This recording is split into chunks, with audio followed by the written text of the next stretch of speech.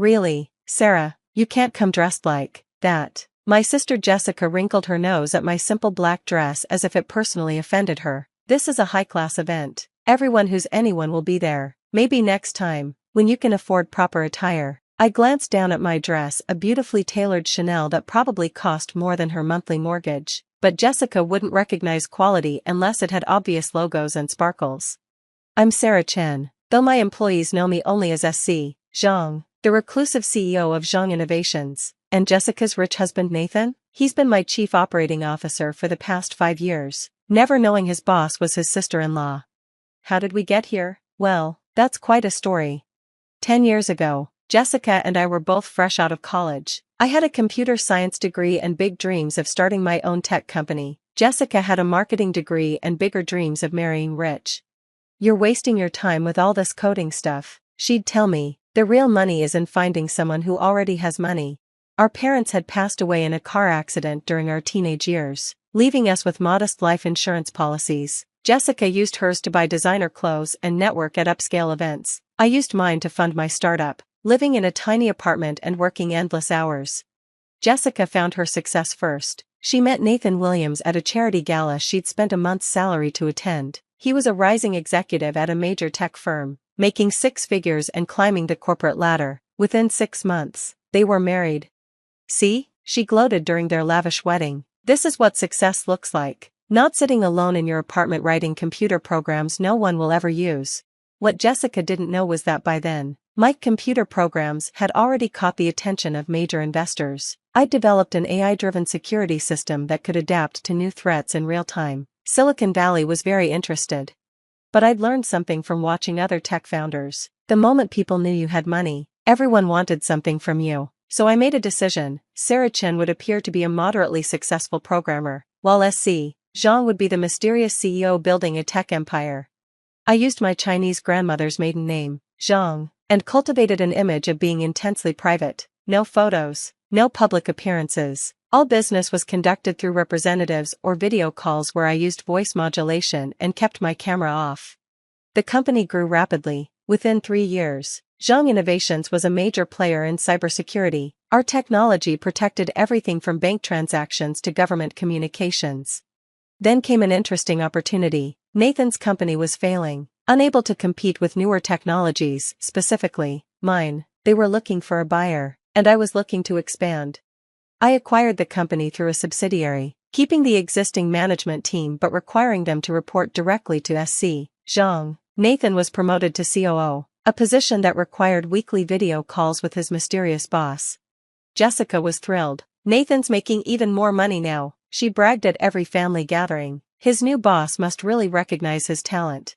Actually, I recognized that Nathan was competent when he wasn't being influenced by his wife's materialism. Under my guidance, he became a better executive than I'd expected. But Jessica's attitude got worse with each success. She began excluding me from family events, claiming I wouldn't fit in with their wealthy friends. Each invitation came with thinly veiled insults about my presumed poverty. We're having a small dinner party, just couples, you understand. Maybe when you finally find someone, though it might be hard given your circumstances. I dated occasionally but never seriously. It's hard to have a relationship when you're hiding that you're a billionaire CEO. Besides, I was too busy building something bigger than Jessica could imagine. Which brings us to tonight, the grand party Jessica's been planning for months to celebrate Nathan's 5 years as COO. She'd made it clear I wasn't welcome. It's really not your scene, Sarah. These are all highly successful people. I wouldn't want you to feel uncomfortable. What Jessica didn't know was that as COO, Nathan was required to invite his boss to any major company-related celebrations. He'd been nervously trying to convince the mysterious SC, Zhang, to attend for weeks. I decided it was finally time to merge my two identities. I arrived at the party exactly on time, dressed in my inappropriate Chanel. Jessica was greeting guests at the door, her smile freezing when she saw me. Sarah, I thought I explained. Oh, don't worry, I said sweetly. I'm not here as your sister, I'm here as Nathan's boss. Her perfectly made-up face went blank. What? You know, SC, Zhang? Nathan's been trying to get me to attend an event for years. I thought this was the perfect opportunity. You can't be, that's impossible. Just then, Nathan hurried over. Jessica, honey, SC, Zhang is finally coming to one of our events. I just got a message. Hello, Nathan, I said, using the modulated voice he'd heard in hundreds of video calls. His drink slipped from his hand, splashing his expensive shoes. No, Jessica whispered. No, no, no. But it got better. You see, I hadn't just come to reveal my identity, I'd come to announce some major company changes. I stepped up to the microphone that had been set up for speeches. The room quieted as I began to speak, first in my modulated voice, then in my natural one. Good evening, everyone. I'm SC Zhang, CEO of Zhang Innovations. Some of you may also know me as Sarah Chen. Today, I'm excited to announce that Zhang Innovations is going public. The room erupted in murmurs. Our IPO had been the subject of speculation for years. As part of this transition, we'll be implementing a new executive stock program. Every employee who's been with us for 5 years or more will receive significant stock options. Nathan, as our COO, you're entitled to quite a substantial package. Nathan was staring at me like he'd seen a ghost. Jessica looked like she might faint. I want to thank Nathan for his excellent work these past 5 years. He's proven himself to be a valuable leader, despite some, I glanced at my sister, potentially negative influences. The room broke into applause. Nathan's colleagues crowded around him with congratulations, while Jessica stood frozen in place. By the way, Jessica, I added quietly as I passed her, this inappropriate dress? It's worth more than your car, but unlike you, I don't feel the need to broadcast my success. The aftermath was interesting. Nathan, once he got over his shock, proved to be even more effective now that he could interact with his CEO directly. He also began standing up to Jessica's materialistic demands, perhaps realizing that flaunting wealth wasn't the same as having it. Jessica had a harder time adjusting. Her carefully constructed social hierarchy had been shattered. She oscillated between trying to claim credit for my success, I always supported my sister's dreams, and attempting to justify her past behavior. I just wanted you to strive for more, she protested during one particularly heated discussion. How was I supposed to know you were already successful? That's exactly the point, I replied. You judged me entirely on appearances. You never once asked about my work or my goals. You were so busy showing off your husband's success that you couldn't see mine. The company's IPO was a tremendous success. Zhang Innovations' stock price doubled on the first day of trading. Nathan's stock options were worth millions, though I noticed he began dressing more simply and driving a more modest car. Jessica tried to capitalize on being the CEO's sister, but found that the wealthy circles she'd tried so hard to impress were more interested in authentic achievement than showy displays of wealth. 5 years later, Zhang Innovations has become one of the most respected companies in tech. We're known not just for our technology, but for our corporate culture that values substance over appearance. Nathan has grown into a truly excellent executive, though he still blushes whenever someone mentions his early interactions with his mystery boss. He and Jessica are in marriage counseling, working through the materialistic values that nearly ruined their relationship. Jessica has undergone the most dramatic transformation. After the initial shock wore off, she went back to school for a computer science degree. She now runs our charitable foundation, focusing on educational opportunities for underprivileged students. I was so wrong, she admitted recently. Success isn't about what you can show off, it's about what you can build and who you can help. I kept my simple lifestyle, though I did finally buy my dream house, a modest craftsman with a state-of-the-art home automation system I designed myself. Jessica occasionally teases me about living below my means, but now it's with understanding rather than disdain. The company's story became a case study in business schools, but not for the reasons Jessica might have once appreciated. They study our emphasis on substance over show, our policy of judging people by their contributions rather than their connections. We still have the video of Nathan's face when he realized his boss was his sister-in-law. It plays at company parties sometimes, though only when Jessica isn't around. She's still a bit sensitive about her past behavior. The most remarkable change wasn't in our bank accounts or stock prices, it was in how we defined success. Jessica learned that true wealth isn't about showing off or putting others down. Nathan discovered that authentic leadership means more than just climbing the corporate ladder. Our parents would be proud, I think, not of the money or the company's success, but of how we finally became the sisters they'd hoped we'd be. Jessica and I are closer now than ever before, bonding over late-night coding sessions and tech conferences. She still occasionally slips into her old habits of judging by appearances, but now she catches herself. Last week, she interviewed a job candidate who came in wearing simple clothes but had brilliant ideas. You know who she reminded me of? Jessica told me later. I almost made the same mistake again, but then I remembered, never judge someone by their clothes. They might just be a secret billionaire. We both laughed, but the lesson was clear. Success isn't about what you can show off, it's about what you can show up and do. Zhang Innovations continues to grow, but we maintain our culture of valuing substance over style. Every new employee hears the story of the COO who didn't know his boss was his sister-in-law, though we've turned it into a lesson about assumptions and authentic leadership. Jessica now mentors young entrepreneurs, specifically helping them avoid the materialistic traps she once set for others. She's become known for her catchphrase, "If you're focused on looking successful, you're not focused on being successful." Nathan has become one of our most effective executives, known for his ability to spot genuine talent regardless of packaging. He jokes that he had an unfair advantage, learning the hard way that appearances can be deceiving. The biggest surprise, but perhaps the most satisfying outcome, wasn't the money or the success or even the personal growth. It was the realization that sometimes the best revenge isn't about getting even, it's about helping others see a better way.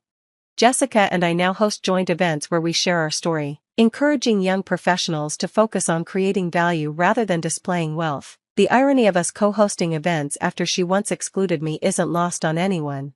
As for those expensive designer clothes Jessica once thought defined success, they're now part of a company program that provides interview outfits to job seekers in need, because sometimes, the best way to prove appearances don't matter is to help others get past them too.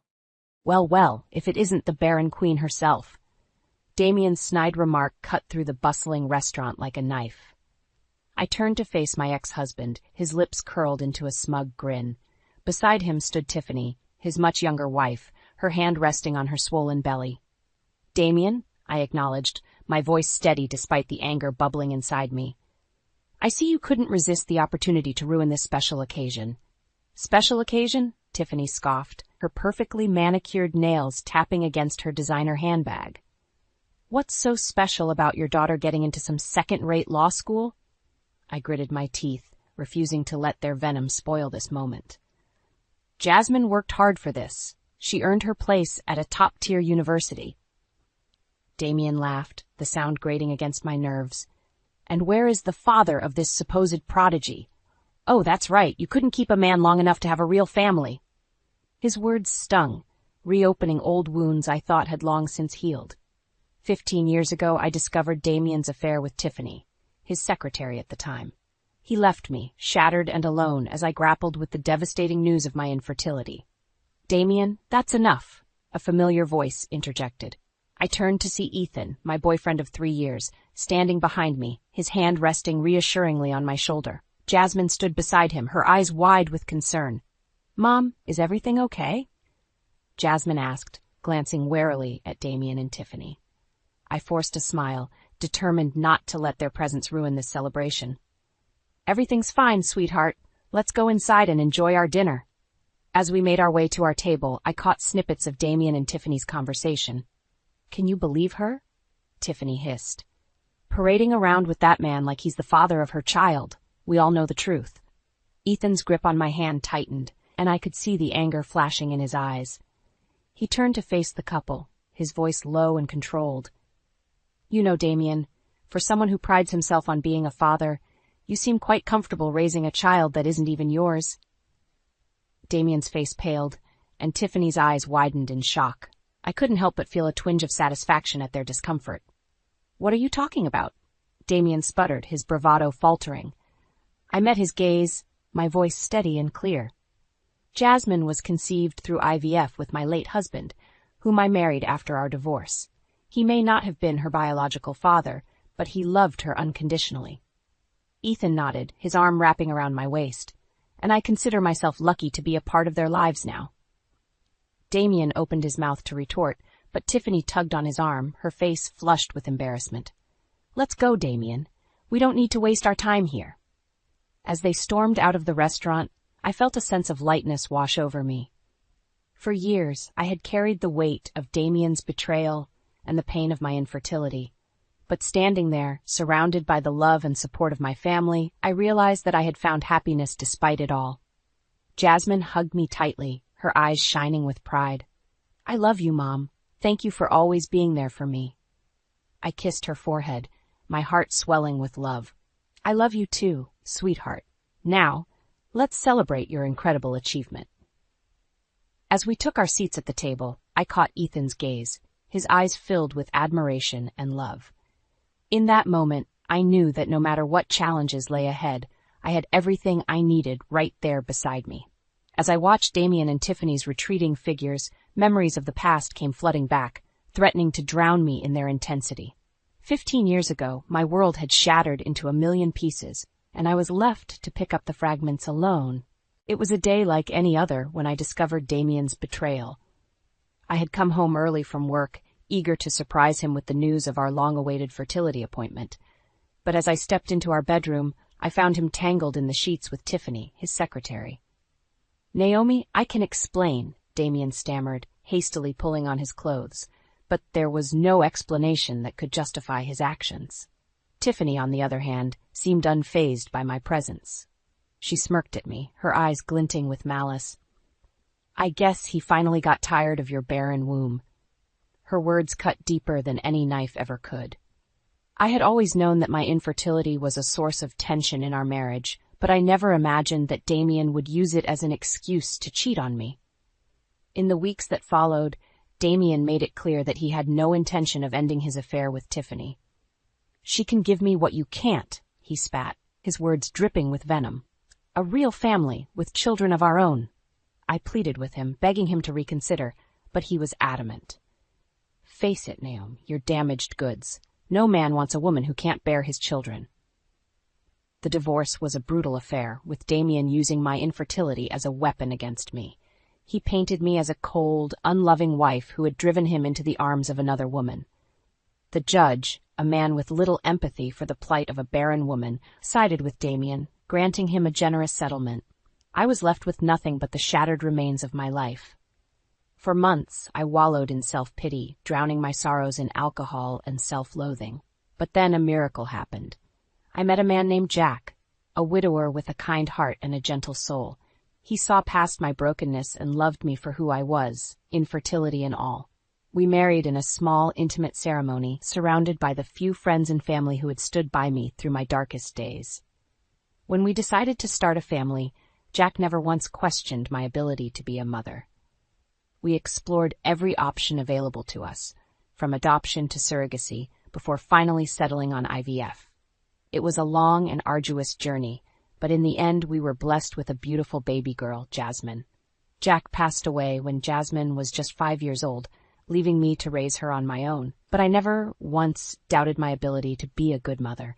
I poured all my love and energy into raising her, determined to give her the life she deserved.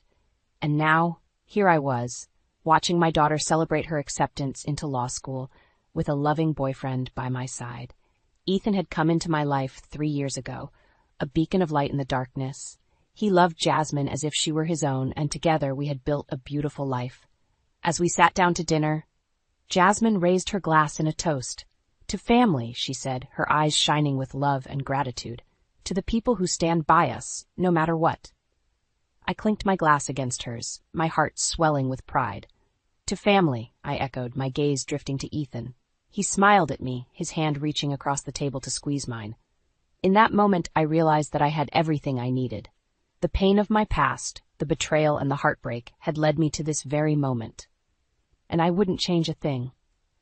As we savored our meal, the clinking of glasses and the hum of conversation filled the air.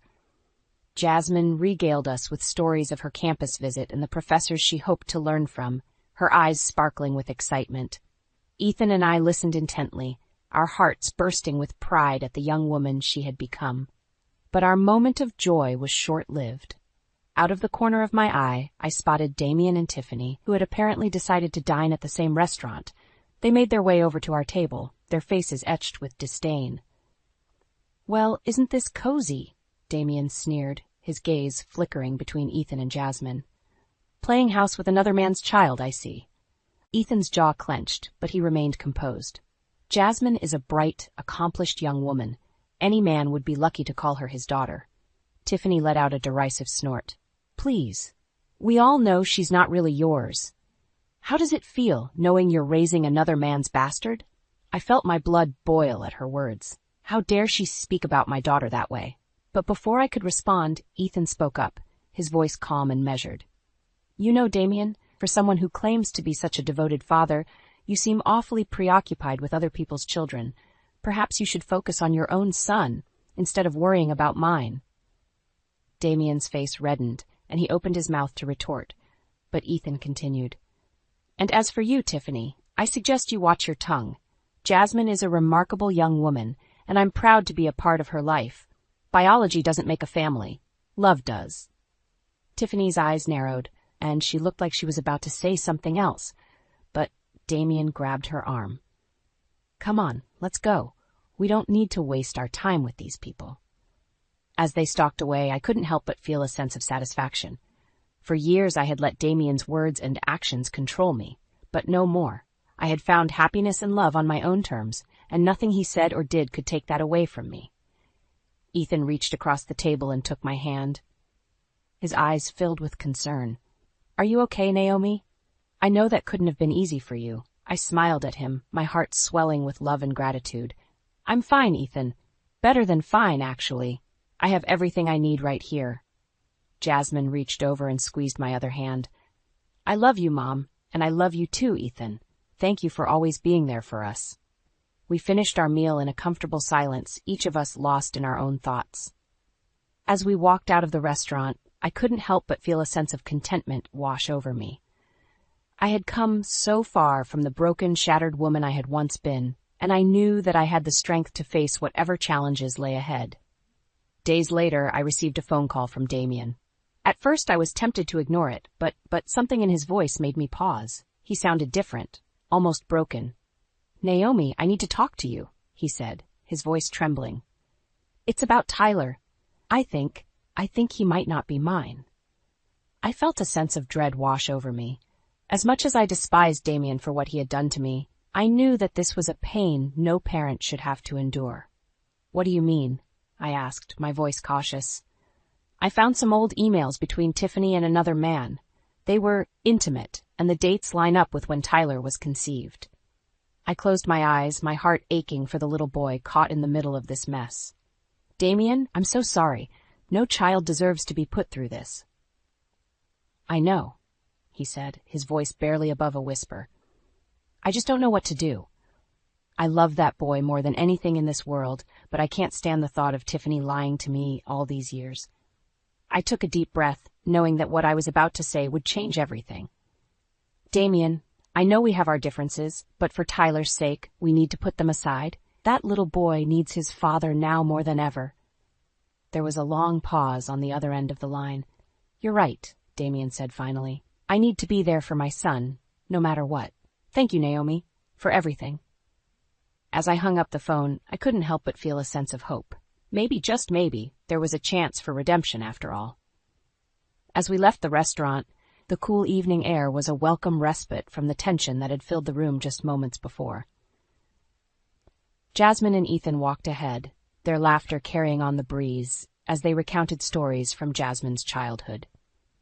I followed behind, my heart full of love and pride for the family I had built.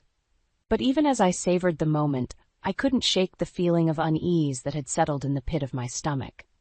Damien's words and the look of pure venom in Tiffany's eyes had struck a nerve that I thought had long since been buried. As we reached the car, I overheard snippets of their conversation, carried on the wind like poisoned arrows. Can you believe the nerve of that woman? Tiffany hissed, her voice dripping with contempt. Parading around with that man like he's some kind of hero when we all know the truth. Damien grunted in response, his face twisted into a scowl. She's always been a manipulative bitch. Probably tricked that poor bastard into raising another man's kid, just like she tried to do to me. I felt my blood boil at their words, but I forced myself to remain calm.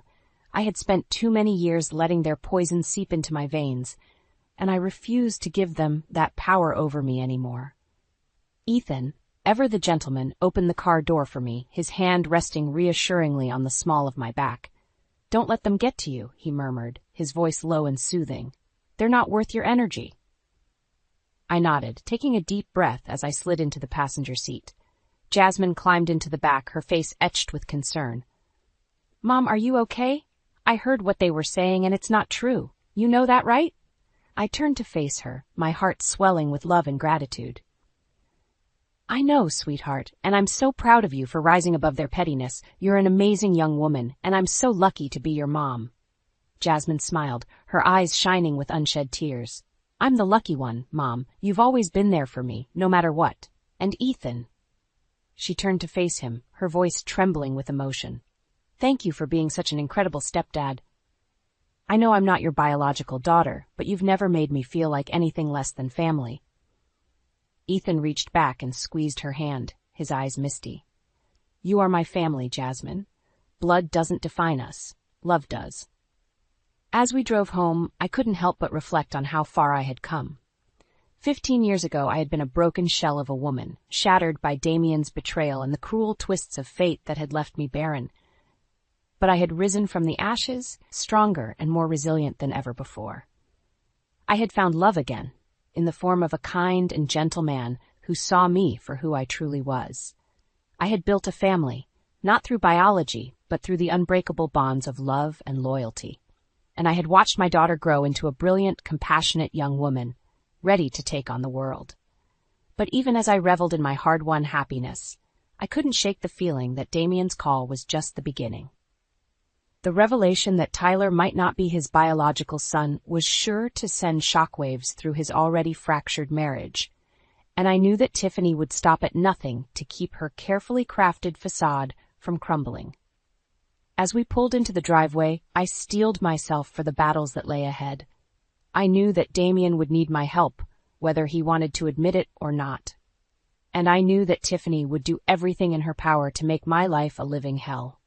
But I also knew that I had the strength to weather any storm.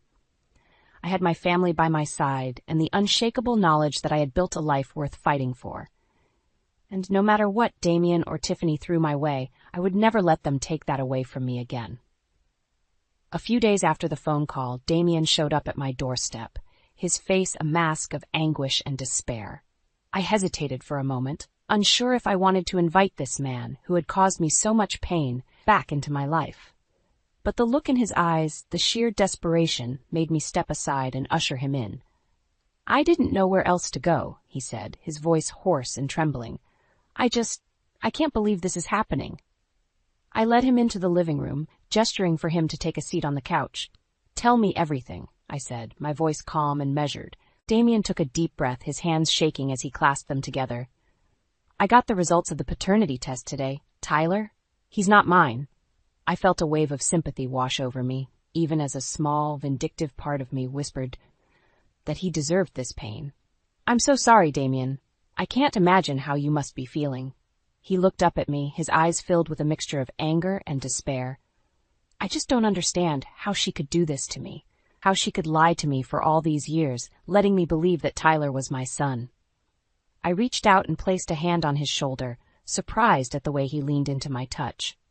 Damien, I know we've had our differences, but what Tiffany did to you, it's unforgivable. No one deserves to be lied to like that.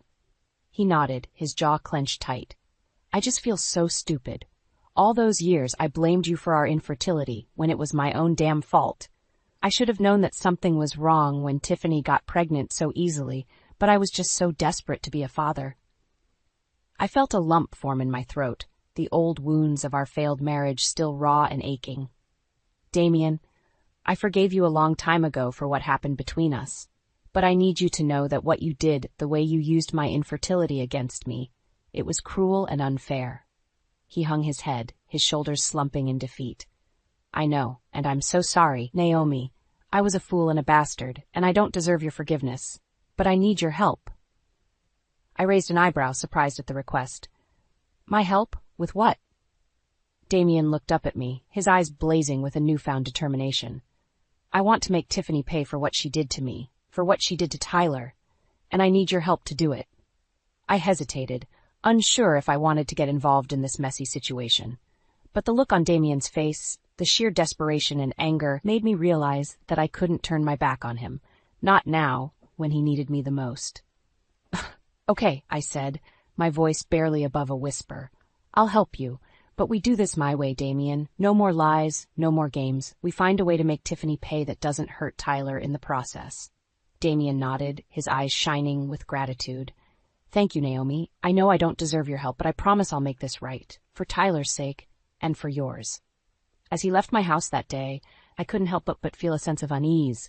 I knew that getting involved with Damien again, even in this limited capacity, was a risk. But I also knew that I couldn't stand by and watch as Tiffany destroyed another family the way she had destroyed mine. I took a deep breath, steeling myself for the battles that lay ahead.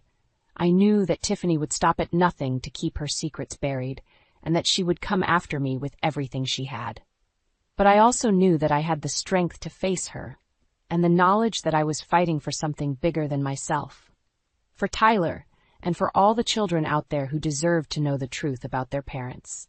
And for myself, and the chance to finally put the ghosts of my past to rest, once and for all. Months had passed since Damien's shocking revelation, and life had settled into a new normal. Jasmine was thriving in law school, her passion for justice and equality burning brighter than ever. Ethan and I had grown even closer, our love weathering the storms of the past and emerging stronger than before. But even as I savored the peace and happiness of my new life, I couldn't shake the feeling that the other shoe was about to drop. And drop it did, in the form of a haggard and desperate Damien, once again darkening my doorstep. Naomi, I need your help, he said, his voice raw and ragged. Tiffany's taking me to the cleaners in the divorce, and I don't know what to do. I sighed, feeling a twinge of sympathy for the man who had once been my husband. Damien, I'm sorry, but I don't know how I can help you. You made your bed, and now you have to lie in it. He shook his head, his eyes wild and desperate. You don't understand. She's demanding alimony and child support, even though she knows damn well that Tyler isn't mine. She's bleeding me dry, Naomi, and I don't have anywhere else to turn. I hesitated, torn between my desire to help and my reluctance to get involved in Damien's messy divorce. But the look on his face, the sheer desperation and fear, made me realize that I couldn't turn my back on him. Not now, when he needed me the most. Okay, I said, my voice barely above a whisper. I'll see what I can do, but Damien, you need to understand that this isn't going to be easy. Tiffany's not going to give up without a fight, and she's going to come after you with everything she has. He nodded, his jaw clenched tight. I know, but I can't let her win, Naomi. I can't let her destroy my life the way she destroyed yours. I felt a lump form in my throat, the old wounds of our failed marriage still raw and aching. But I pushed the pain aside, focusing instead on the task at hand. Okay, let's start by gathering all the evidence we can. Bank statements, phone records, anything that can prove that Tiffany was unfaithful and that Tyler isn't your biological son. Damien nodded, his eyes shining with gratitude. Thank you, Naomi. I know I don't deserve your help, but I promise I'll make this right, for Tyler's sake and for yours. As he left my house that day, I couldn't help but feel a sense of unease. I knew that getting involved with Damien again, even in this limited capacity, was a risk. But I also knew that I couldn't stand by and watch as Tiffany destroyed another life, the way she had destroyed mine. Over the next few weeks, Damien and I worked tirelessly to gather evidence against Tiffany. We pored over bank statements and phone records, piecing together a damning picture of her infidelity and deceit. And with each new piece of evidence, I felt a sense of satisfaction, knowing that we were one step closer to bringing her to justice. But even as we made progress, I couldn't shake the feeling that Tiffany was always one step ahead of us. She had a way of slipping through our fingers like a snake shedding its skin, and I knew that she would stop at nothing to keep her secrets buried, no matter who she had to hurt in the process. One evening, as I sat at my desk, poring over yet another stack of documents, I heard a knock at the door. I froze, my heart pounding in my chest. Somehow, I knew that it was Tiffany, come to confront me once and for all. I took a deep breath, steeling myself for the battle that lay ahead. I knew that she would come at me with everything she had, but I also knew that I had the truth on my side. And with Damien by my side, I knew that we could face anything that she threw our way. I opened the door, my head held high and my eyes blazing with determination. Hello, Tiffany, I said, my voice calm and steady. I've been expecting you. Tiffany stood on my doorstep, her eyes blazing with fury and her lips twisted into a sneer. "Where is he, Naomi?" she demanded, her voice dripping with venom. "Where's that bastard husband of mine?" I raised an eyebrow, feigning ignorance. "I'm sorry, Tiffany, but I have no idea what you're talking about. I haven't seen Damien in weeks." She laughed, a harsh, grating sound that set my teeth on edge. "Don't play dumb with me, you bitch. I know you've been helping him, trying to screw me over in the divorce. But it's not going to work. I'm going to take him for everything he's worth, and there's nothing you can do to stop me." I felt a surge of anger course through my veins, hot and powerful. How dare she come to my home, making demands and throwing accusations? After everything she had done, all the lies and the betrayal, she had the nerve to play the victim. "Listen to me, Tiffany," I said, my voice low and dangerous. "I don't know where Damien is, and even if I did, I wouldn't tell you. He's done with you, and so am I. You can threaten me all you want, but it's not going to change the fact that you're a lying, cheating whore who destroyed her own family." Tiffany's face twisted with rage, and for a moment I thought she might actually strike me. But instead, she took a step back, her eyes narrowing to slits. "You think you're so perfect, don't you, Naomi? The noble ex-wife, the loving mother, the loyal friend. But you're no better than me. You're just a pathetic, barren bitch who couldn't keep her own husband satisfied."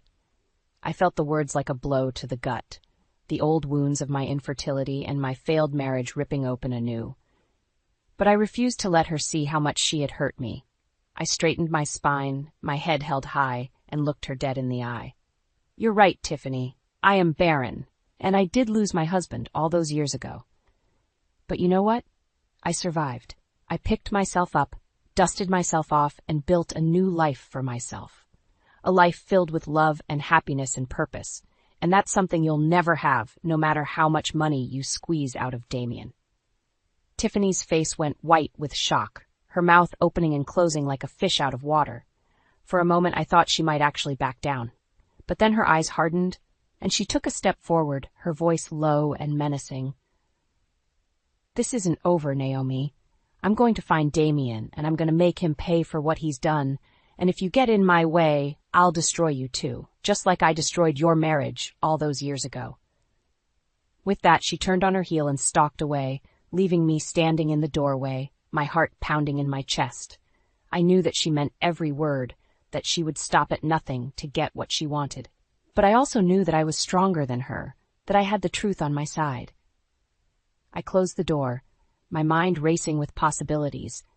I knew that I had to find Damien, to warn him about Tiffany's threats and to help him fight back against her lies. But I also knew that I couldn't do it alone. I needed help, someone who could be my eyes and ears on the ground, someone who could help me stay one step ahead of Tiffany and her schemes. I picked up the phone, my fingers trembling as I dialed the number. "Ethan?" I said, my voice barely above a whisper. "I need your help. Tiffany's on the warpath, and I don't know what to do." There was a moment of silence on the other end of the line, and then Ethan's voice, warm and reassuring. "I'm on my way, Naomi. We'll figure this out together, I promise. Just hold on, and don't let her get to you. You're stronger than she is, and you always will be." I felt a rush of gratitude and love wash over me, the tension in my shoulders easing just a bit. With Ethan by my side, I knew that I could face anything that Tiffany threw my way, and together we would find a way to bring her to justice once and for all. As the dust settled from Tiffany's explosive visit, I found myself reflecting on the twisted path that had led us all to this moment. Damien, the man who had once shattered my heart and my dreams, was now facing the same pain and betrayal that he had inflicted upon me so many years ago. And Tiffany, the woman who had stolen him away with her lies and her deceit, was finally getting a taste of her own bitter medicine.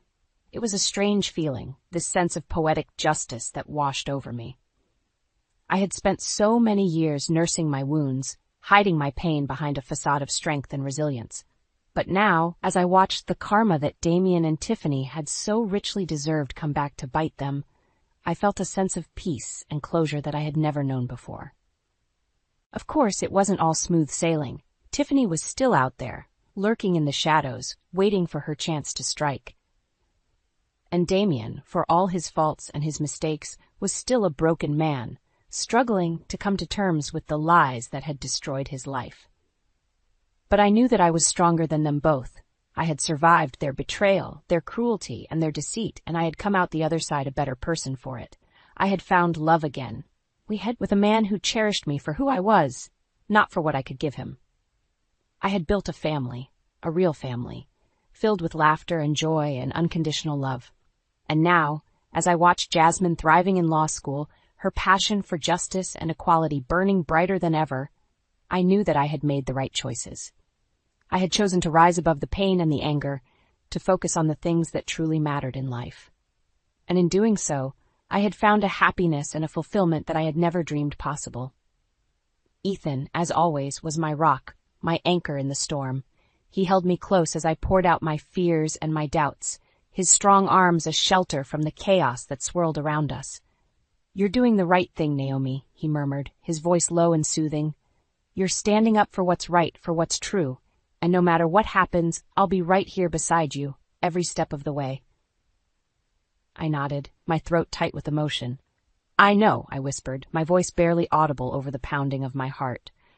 "I couldn't do this without you, Ethan. You're my strength, my courage, my everything." He smiled, his eyes shining with love and pride. "And you're mine, Naomi. You always have been, and you always will be." As the days turned into weeks, and the weeks into months, I watched as Damien's life unraveled before my eyes. Tiffany, true to her word, had taken him for everything he was worth, leaving him broken and destitute. And Tyler, the innocent child caught in the crossfire of their lies and their deceit, was left to pick up the pieces of his shattered world. But even in the midst of all the chaos and the heartbreak, I knew that there was still hope.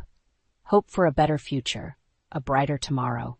Hope for a world where love and truth and justice would always triumph over lies and betrayal and greed. And so I held my head high, my eyes fixed on the horizon. I knew that the road ahead would be long and hard, that there would be obstacles and challenges at every turn. But I also knew that I had the strength and the courage to face them all, to keep moving forward, no matter what life threw my way. Because in the end, that was what truly mattered. Not the pain of the past or the fear of the future, but the love and the joy and the hope that we held in our hearts. And as long as I had that, as long as I had my family and my friends and my own unshakable sense of self, I knew that I could face anything that the world had in store for me. And so I smiled, my heart full of gratitude and grace. I had survived the worst that life had to offer, and I had emerged stronger, wiser, and more resilient than ever before. And now, as I looked out at the bright, shining future that lay ahead, I knew that I was ready for whatever came next. The air is thick with tension as Liam and I enter the grand ballroom, arm in arm. It's been years since I've seen Ethan, but the wounds of his betrayal still feel fresh. I take a deep breath, steeling myself for the inevitable confrontation. "Scarlett, darling, you look stunning as always," Ethan says, his voice dripping with false sincerity. Vivian clings to his arm, her designer gown shimmering under the chandeliers. "I see you've managed to snag yourself a lawyer. How quaint." Liam squeezes my hand reassuringly. "Ethan, I'd say it's a pleasure, but we both know that would be a lie. And Vivian, I'm surprised to see you here, considering the pending charges against you." Vivian's eyes widen, her perfectly painted lips parting in shock. "Charges? What are you talking about?" "Oh, just a little something called embezzlement," Liam says casually. "Seems you've been dipping into your family's foundation for personal gain." Ethan's face reddens, his grip on Vivian's arm tightening.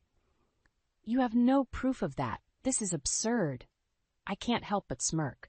"But we do, Ethan, just like we have proof of you sabotaging my art career. Did you really think you could get away with it?" The color drains from Ethan's face as he realizes the gravity of the situation. "Scarlett, please, let's talk about this privately. There's no need for a scene." "Oh, I think there is," I say, my voice rising. "You two have caused enough damage, and it's time for the world to see you for who you really are." As if on cue, Audrey appears, a police detective by her side. "Ethan Blackwood, Vivian Holloway, you're both under arrest for embezzlement and fraud." The room falls silent as the detective reads them their rights. Vivian sobs, her mascara running down her cheeks, while Ethan stands motionless, his eyes fixed on me. "How could you do this, Scarlett?" he asks, his voice barely above a whisper. "You brought this upon yourself, Ethan," I reply coldly. You chose to betray me, to destroy my life. Now it's time for you to face the consequences. As the police lead them away, Liam pulls me into his arms. You were incredible, my love. I'm so proud of you. Tears sting my eyes as the weight of the moment hits me. We did it, Liam. We finally got justice. He kisses me softly, his love and support radiating through every touch. And now we can focus on our future without the shadows of the past holding us back. I nod, a smile spreading across my face. The journey has been long and painful, but standing here, in the arms of the man I love, I know that every step has been worth it. We've conquered the darkness, and now the light of a new beginning awaits us. As the dust settles from the gala confrontation, I throw myself into my art, channeling my emotions onto the canvas. Each brushstroke is a cathartic release, a way to process the pain and betrayal that Ethan inflicted upon me. Audrey visits my studio, her eyes wide as she takes in my latest pieces. Scarlett, these are incredible, the raw emotion, the depth, you've truly found your voice. I smile, wiping a smudge of paint from my cheek. Thanks, Audrey. I feel like I'm finally free, you know? Free to create, to express myself without fear. She nods, understanding shining in her eyes. You've come so far, Scar, I'm so proud of you. A few weeks later, I'm setting up for my first solo exhibition at a prestigious gallery. The nerves are palpable, but Liam is by my side, his unwavering support a constant comfort. As the doors open and the crowd filters in, I spot a familiar face among the art enthusiasts and critics. Ethan, his eyes narrowed, his jaw clenched. Liam notices him too, his hand resting protectively on the small of my back. What the hell is he doing here? He mutters. I take a deep breath, squaring my shoulders. He's here to try and ruin this for me, but I won't let him. Not anymore. I make my way through the gallery, greeting patrons and discussing my work. The response is overwhelmingly positive, with collectors clamoring to acquire my pieces. Ethan corners me near one of my largest paintings, his voice low and menacing. You think you've won, don't you? You think you can just move on, pretend like what we had never existed? I meet his gaze, unflinching. What we had was toxic, Ethan. You manipulated me, cheated on me, and tried to destroy my career. But I'm stronger now, and I won't let you have power over me anymore. He scoffs, his eyes darting to where Liam stands, engaged in conversation with a potential buyer. And you think he's any better? He's just using you, Scarlett, using your talent, your connections. Anger flares within me, hot and bright. You don't know anything about Liam or our relationship. He loves me for who I am, not what I can do for him. Unlike you. Ethan's face twists with rage, his hand clenching into a fist. For a moment, I fear he might strike me, but Liam appears at my side, his presence a silent warning. I think it's time for you to leave, Ethan, Liam says, his voice calm but firm. You're not welcome here. Ethan looks between us, his eyes filled with hatred. This isn't over. You'll regret crossing me, both of you. As he storms out of the gallery, I let out a shaky breath. Liam pulls me into his arms, his embrace a sanctuary amidst the chaos. He's wrong, you know, Liam whispers, pressing a kiss to my forehead. I love you, Scarlett. Not for what you can do, but for who you are. Never doubt that. I nod, tears stinging my eyes. I know, Liam. I love you too. The rest of the evening passes in a blur of congratulations and celebration. My paintings sell out, and I'm hailed as a rising star in the art world. But even as I bask in the glow of success, I can't shake the feeling that Ethan's threat looms over us, a dark cloud on the horizon. I know he won't rest until he's exacted his revenge, but with Liam by my side, I'm ready to face whatever storms may come. The charity gala is in full swing, the ballroom glittering with the city's elite. Liam and I make our way through the crowd, exchanging pleasantries and basking in the success of my recent exhibition. But the moment I spot Ethan and Vivian, my stomach churns. They're holding court across the room, their laughter grating against my nerves. Liam senses my unease, his hand finding mine. We don't have to talk to them, Scarlett. We can just enjoy the evening. I shake my head, determination stealing my spine. No, I need to confront them. I need to show them that they can't control me anymore. We approach the toxic couple, plastering on fake smiles. Ethan's eyes glint with malice as he takes in our presence. Well, if it isn't the happy couple, he sneers. Enjoying your 15 minutes of fame, Scarlett? Vivian laughs, the sound like shattered glass. Oh, Ethan, Don't be so harsh. I'm sure Scarlett's little paintings will be forgotten soon enough. Liam steps forward, his voice calm but cutting.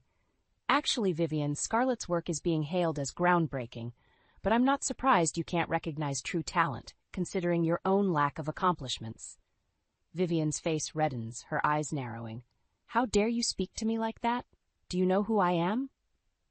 Of course he does, I interject, my voice steady. You're the woman who's about to lose everything in her divorce. Liam is representing your ex-husband, after all. The color drains from Vivian's face, her composure cracking. Ethan looks between us, his jaw clenched. You're bluffing, he spits out. You don't have anything on us. Liam smirks, pulling a folder from his jacket. Oh, but we do. Proof of Vivian's embezzlement and evidence of your sabotage, Ethan. Enough to bury you both. Ethan lunges for the folder, but Liam deftly moves it out of reach. The commotion attracts the attention of nearby partygoers, curious whispers filling the air. This isn't over, Ethan hisses, his face contorted with rage. You think you're so clever, so untouchable, but you have no idea what I'm capable of. I meet his gaze, unflinching. Bring it on, Ethan. We're not afraid of you. Not anymore. Vivian tugs at Ethan's arm, her eyes wide with panic. Let's go, Ethan. People are staring. As they make their retreat, Liam turns to me, his expression a mix of pride and concern. Are you okay, Scarlett? I know that couldn't have been easy. I nod, adrenaline still pumping through my veins. I'm fine, Liam.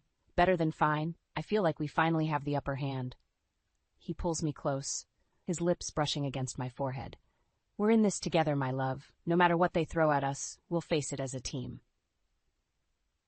The rest of the evening passes in a blur, but my mind is already racing with plans. We have the evidence. Now we need to use it to bring Ethan and Vivian to their knees. As we leave the gala, hand in hand, I feel a sense of purpose settle over me. The road ahead may be treacherous, but with Liam by my side, I know we can overcome any obstacle. Revenge may be a dish best served cold, but the fire burning within me is anything but. It's time to make Ethan and Vivian pay for their sins, and I won't rest until justice is served. The evidence against Ethan and Vivian piles up, each new revelation fueling my determination. Liam works tirelessly building an ironclad case against Vivian's embezzlement, while I dig deeper into Ethan's sabotage of my art career. Late one night, I'm poring over emails and documents when Audrey bursts into my studio, her face flushed with excitement. Scarlett, you won't believe what I've found, she exclaims, waving a stack of papers. I've been investigating Ethan's dealings, and I've uncovered a trail of blackmail and coercion. He's been threatening gallery owners and critics, forcing them to blacklist you. I feel a surge of anger, my hands clenching into fists. That bastard. He couldn't stand to see me succeed on my own, so he tried to destroy me. Audrey nods, her eyes blazing with righteous indignation. We have to expose him, Scarlett. The world needs to know the truth. I take a deep breath, my mind racing with possibilities. We will, Audrey, but we need to do this carefully. Ethan and Vivian are dangerous, and they'll stop at nothing to protect themselves. As if on cue, my phone buzzes with an incoming call. It's Ethan, his voice dripping with false concern. Scarlett, darling, I think we need to talk. Clear the air, so to speak. I put him on speaker, motioning for Audrey to stay silent. I have nothing to say to you, Ethan. You've made your intentions quite clear. He laughs, the sound sending chills down my spine. Oh, but I think you'll want to hear this. I have some rather incriminating information about your beloved husband. Wouldn't want that to get out now, would we? Liam, who has been listening in, snatches the phone from my hand. You're bluffing, Ethan. You have nothing on me. Do I? Ethan taunts. I wonder what your clients would think if they knew about your little indiscretion with that paralegal last year. I feel my blood run cold, my eyes locking with Liam's. He shakes his head, his expression pained. It's not true, Scarlett. I swear to you, he's lying. Ethan's laughter echoes through the room. Trouble in paradise, I see. Such a shame. But if you drop this little crusade against Vivian and me, perhaps I can be persuaded to keep my mouth shut. Rage boils within me, white hot and all-consuming. You're pathetic, Ethan. You think you can blackmail us into submission? Think again. We have enough evidence to bury you and Vivian, and we're not backing down. I end the call, my heart pounding in my chest. Liam pulls me into his arms, his voice fierce with conviction. He's lying, Scarlett. I would never betray you like that. I love you and only you. I nod, burying my face in his chest. I know, Liam. I trust you. But we need to be careful. Ethan's getting desperate, and there's no telling what he'll do next.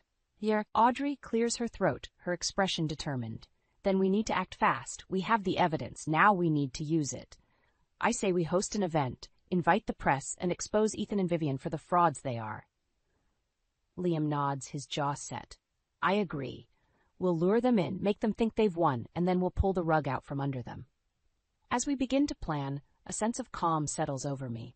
The final showdown is approaching, and I know it won't be easy. But with Liam and Audrey by my side, I'm ready to face whatever storms may come.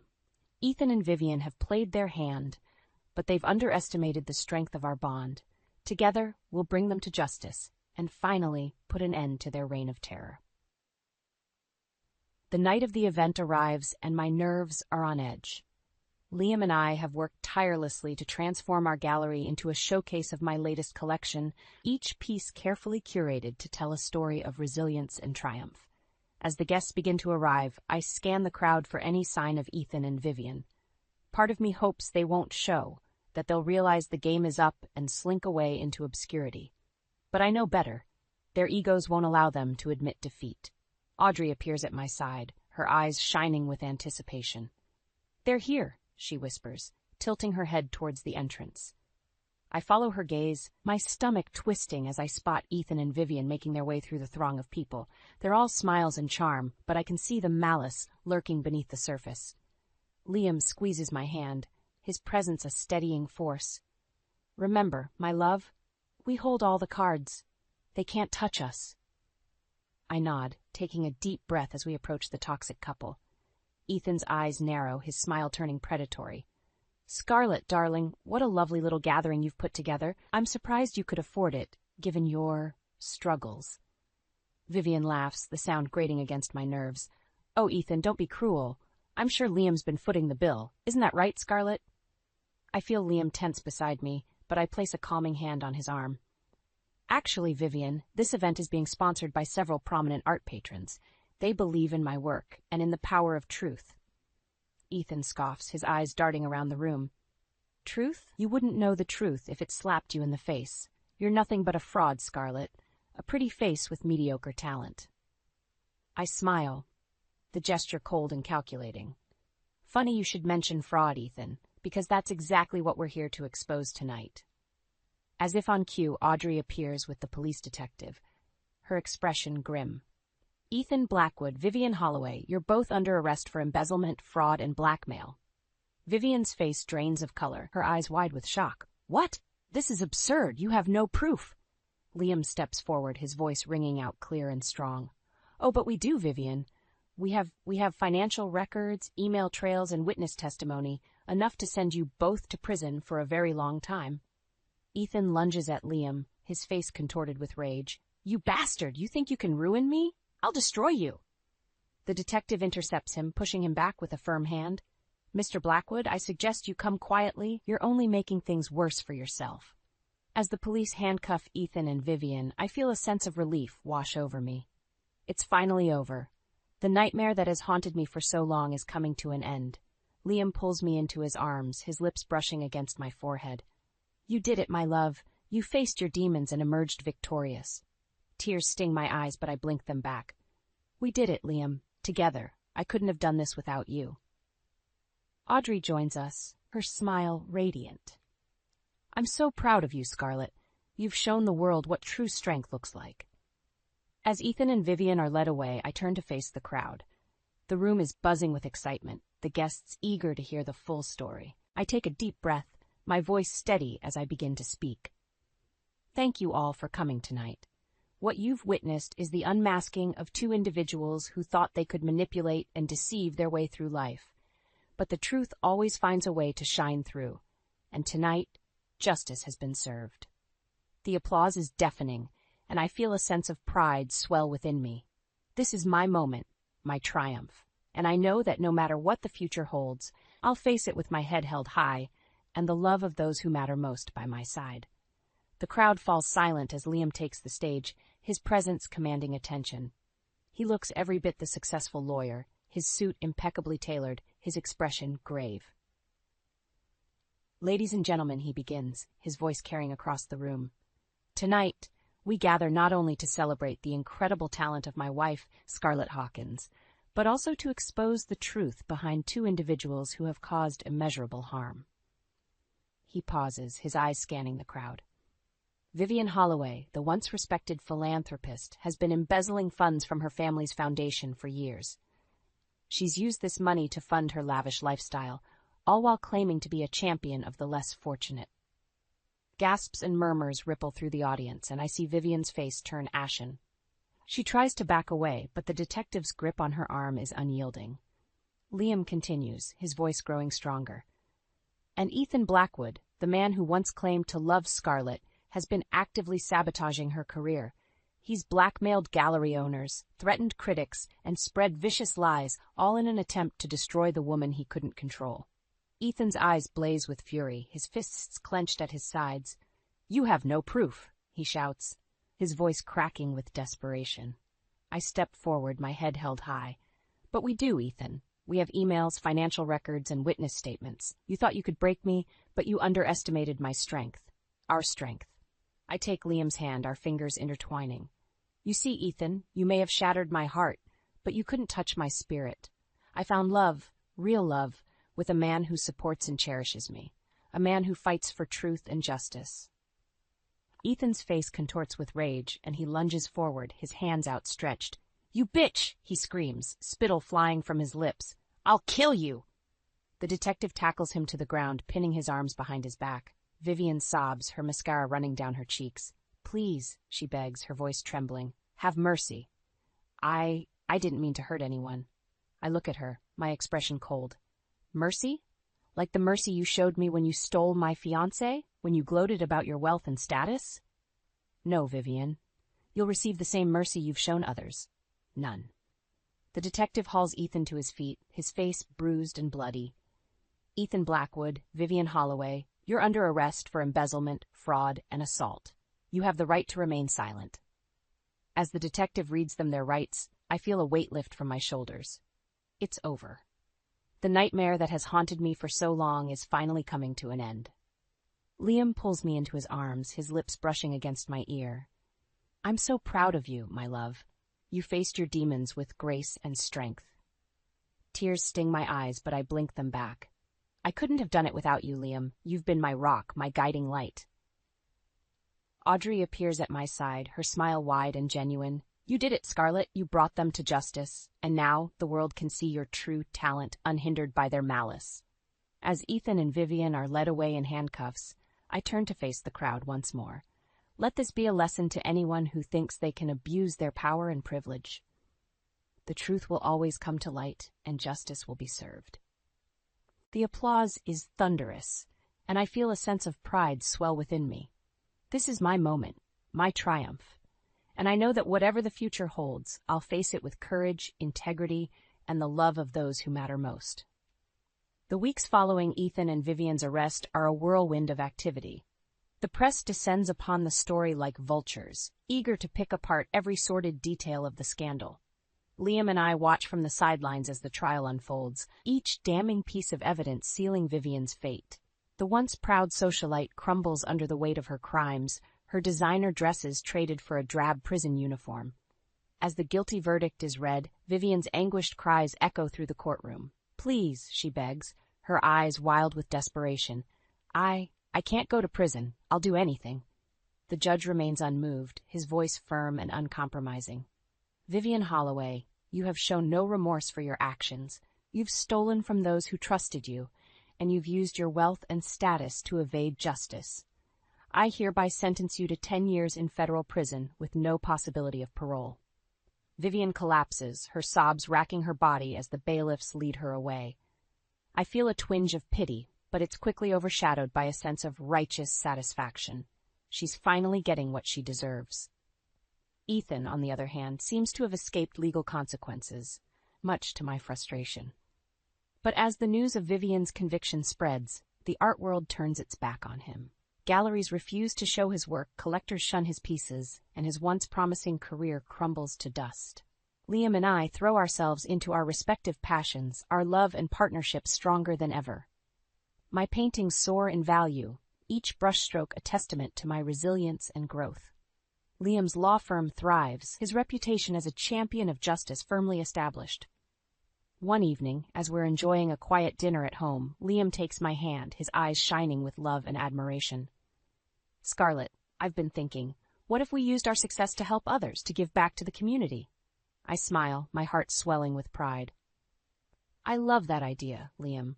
We could start a foundation, one that supports emerging artists and provides legal aid to those who've been wronged."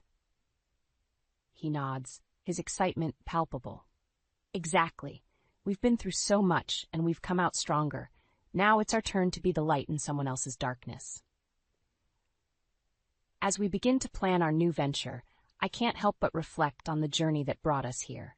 The pain, the betrayal, the hard-fought battles, they've all led us to this moment, to a love that's unbreakable and a purpose that's greater than ourselves. Weeks turn into months, and our foundation begins to take shape. We pour our hearts into the work, channeling our passion and empathy into every project. One day, as I'm overseeing the installation of a new exhibit, I receive a call from an unknown number. Curious, I answer, only to hear a voice I never thought I'd encounter again. "Scarlett." Ethan's voice is ragged, broken. I need your help." I stiffen, my grip tightening on the phone. "Ethan, I thought I made it clear that I want nothing to do with you." "Please," he begs, his desperation palpable. I've lost everything. My career, my reputation. I have nothing left. I know I don't deserve your forgiveness, but I'm begging you. Please, give me a chance to make things right." For a moment I'm tempted to let him back into my life, to offer him the redemption he so desperately craves. But then I remember the pain he caused, the scars he left on my heart. "I'm sorry, Ethan," I say, my voice steady and resolute. "But I can't help you. You made your choices, and now you have to live with the consequences. I hope someday you find the strength to be a better man, but I won't be a part of that journey." With that, I end the call, my heart lighter than it's been in years. I've finally closed the door on that chapter of my life, and I'm ready to embrace the future with Liam by my side and a world of possibilities ahead. The grand opening of our foundation is a night to remember. The gallery is filled with the laughter and chatter of friends, family, and supporters, each one eager to celebrate the culmination of our hard work and dedication. Audrey is by my side, her smile radiant as she takes in the scene. "I'm so proud of you, Scarlett. Look at what you've accomplished, what you've overcome. You're an inspiration to us all." I squeeze her hand, my heart full of gratitude. "I couldn't have done it without you, Audrey. You've been my rock, my constant support. I'm so lucky to have you in my life." As the evening progresses, Liam and I take turns sharing our vision for the foundation, our voices filled with passion and purpose. We speak of the artists we'll nurture, the lives we'll change, and the legacy we hope to leave behind. The crowd hangs on our every word, their applause thunderous and heartfelt. In this moment, I feel a sense of peace wash over me. The struggles of the past, the pain and the heartache, they've all led me here to a place of strength and resilience. As the night winds down, I find myself alone on the balcony, the city lights twinkling in the distance. I breathe in the cool night air, my mind wandering to the journey that brought me to this point. Suddenly, I hear footsteps behind me. I turn, my heart skipping a beat as I see Ethan standing before me, his face haggard and his eyes haunted. "Scarlett," he begins, his voice barely above a whisper. I know I have no right to be here, but I needed to see you, to tell you how sorry I am." I stiffen, my guard rising. "Ethan, I thought I made myself clear. I don't want you in my life, not anymore." He nods, his shoulders slumping. "I know, and I respect that.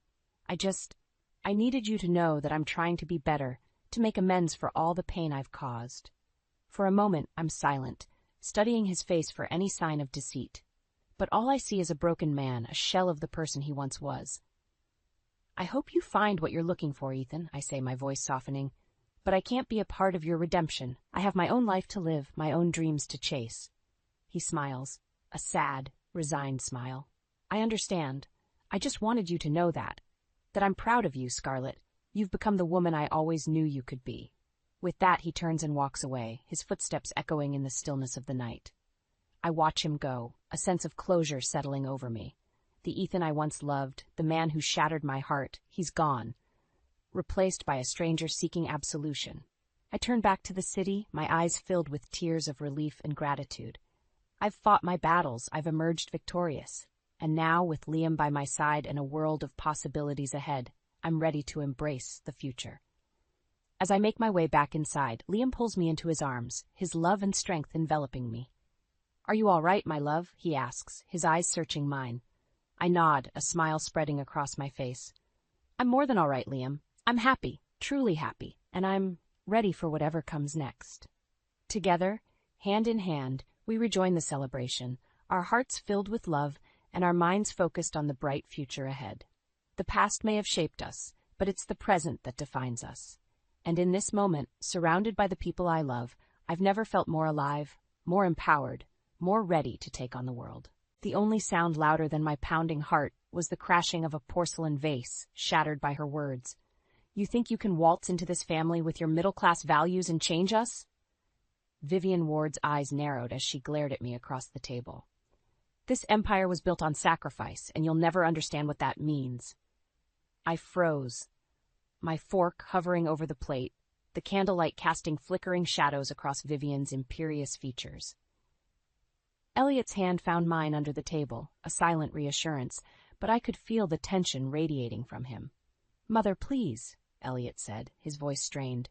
"Mira is my fiancée. She's not trying to change anything." "Isn't she?" Vivian's gaze shifted to her son, her expression a mixture of disdain and pity. "You've always been the idealistic one, blind to the realities of our world." Alana, Elliot's younger sister, smirked from across the table, her perfectly manicured nails tapping against the polished mahogany. "I tried to warn you, Eli," she said, using the childhood nickname I knew he despised. "But you never listen." I wanted to respond, to defend myself, but the words caught in my throat. This was supposed to be a simple family dinner, a chance for me to get to know Elliot's family better before our wedding. Instead, it felt like a gauntlet had been thrown, and I was woefully unprepared for the battle. "Enough," Elliot said, his voice firm. He pushed back his chair and stood, his tall frame casting a long shadow across the table. "Mira is a part of my life now, and if you can't accept that, then I'm done trying to please you." A heavy silence settled over the room, punctuated only by the ticking of an antique clock. Vivian's expression remained impassive, but I could see the wheels turning behind her eyes, calculating her next move. Finally, she let out a soft sigh and rose from her chair, the picture of aristocratic grace. "Very well," she said, her tone deceptively light. "It's your life, after all." She turned and swept out of the room, her silk gown rustling behind her. Alana followed, pausing only to shoot me a look of pure venom, before disappearing into the shadows of the cavernous mansion. Elliot sank back into his chair, running a hand through his hair in a gesture of frustration. "I'm sorry," he said, his voice heavy with regret. "I should have warned you about how they can be." I reached across the table and took his hand, giving it a gentle squeeze. "It's okay," I said, mustering a reassuring smile. "We'll get through this together." But even as the words left my lips, I couldn't shake the feeling that this was only the beginning, a whisper of the storm that was to come. The drive back to our apartment was tense, the silence punctuated only by the occasional hiss of a passing car on the rain-slicked streets. Elliot's knuckles were white on the steering wheel, his jaw clenched tight. "Are you going to tell me what that was all about?" I asked finally, unable to bear the weight of the unspoken any longer. Elliot let out a heavy sigh, his shoulders sagging. "I should have warned you," he said, his voice laced with regret. "My family, they're a lot to handle." "That's an understatement," I muttered, thinking back to the cutting remarks and barely veiled hostility. "Your mother was downright vicious." "She's always been that way," Elliot said, his tone weary. "Controlling, manipulative, she'll do whatever it takes to maintain her grip on the family business." I frowned, realization dawning. "The real estate empire? That's what this is all about?" Elliot nodded, his expression grim. "It's a multi-billion-dollar operation built on decades of shady deals and cutthroat tactics. My father—" He trailed off, shaking his head. "Let's just say things weren't always so rosy behind closed doors." A chill ran down my spine at the implication. What happened to your father? For a long moment, Elliot was silent, his gaze fixed on the road ahead. When he finally spoke, his words sent a shiver down my spine. He died under mysterious circumstances when I was a teenager. Vivian always claimed it was an accident, but I've never been so sure. I reached across the console, resting my hand on his arm. Elliot, that's horrible. Why didn't you tell me? He let out a mirthless chuckle. And risk scaring you off? Mira, you're the best thing that's ever happened to me. I couldn't bear the thought of losing you. My heart ached for him, for the pain and mistrust that had been woven into the fabric of his life. In that moment, I knew I had to be strong for both of us. You're not going to lose me, I said firmly, giving his arm a gentle squeeze. We're in this together, no matter what your family throws at us. Elliot's gaze met mine, and I saw a flicker of hope amidst the turmoil. Thank you, he said softly, his fingers intertwining with mine. I don't know what I'd do without you. As we pulled into the apartment complex, I couldn't shake the feeling that we were standing on the precipice of something far greater than either of us could imagine. The masks were slipping, and the true nature of Elliot's family was starting to reveal itself, a tangled web of deceit and manipulation that threatened to ensnare us both. But in that moment, all I knew was that I loved Elliot with every fiber of my being, and I would do whatever it took to protect him from the shadows that loomed over his past. The shrill ringing of my phone shattered the stillness of our apartment. Elliot was at work, and I had been grading papers, trying to lose myself in the familiar routine, but the incessant buzzing made it impossible to focus. Hello? I answered, a hint of irritation creeping into my voice. Mira? It was Elliot, his tone laced with urgency. You need to get out of the apartment right now. My heart skipped a beat. What? Why? What's going on? Just trust me, he pleaded. Get out and meet me at the coffee shop down the street. I'll explain everything. Without another word, he hung up, leaving me with a sinking feeling in the pit of my stomach. I grabbed my purse and keys, my hands trembling as I rushed out the door. The coffee shop was only a block away, but the walk felt like an eternity. My mind raced with possibilities, each one more terrifying than the last. Had something happened to Elliot? Was this somehow connected to the ominous revelations about his family? When I finally reached the shop, Elliot was already there, pacing back and forth in front of the entrance. His face was pale, his eyes haunted. Elliot, what's going on? I demanded, my voice shaking. You're scaring me. He took a deep breath, steeling himself. Our apartment was ransacked, completely trashed. The words hit me like a physical blow, and I stumbled back a step. What? How? Why? Elliot's jaw clenched, his expression hardening. It was my mother, I'm sure of it. A warning shot, probably because of what happened at dinner. I felt dizzy, sick to my stomach. But why would she do something like that? That's insane. Elliot shook his head, his eyes filled with a mixture of sadness and resignation. You don't know her like I do, Mira. She's capable of anything when she feels threatened.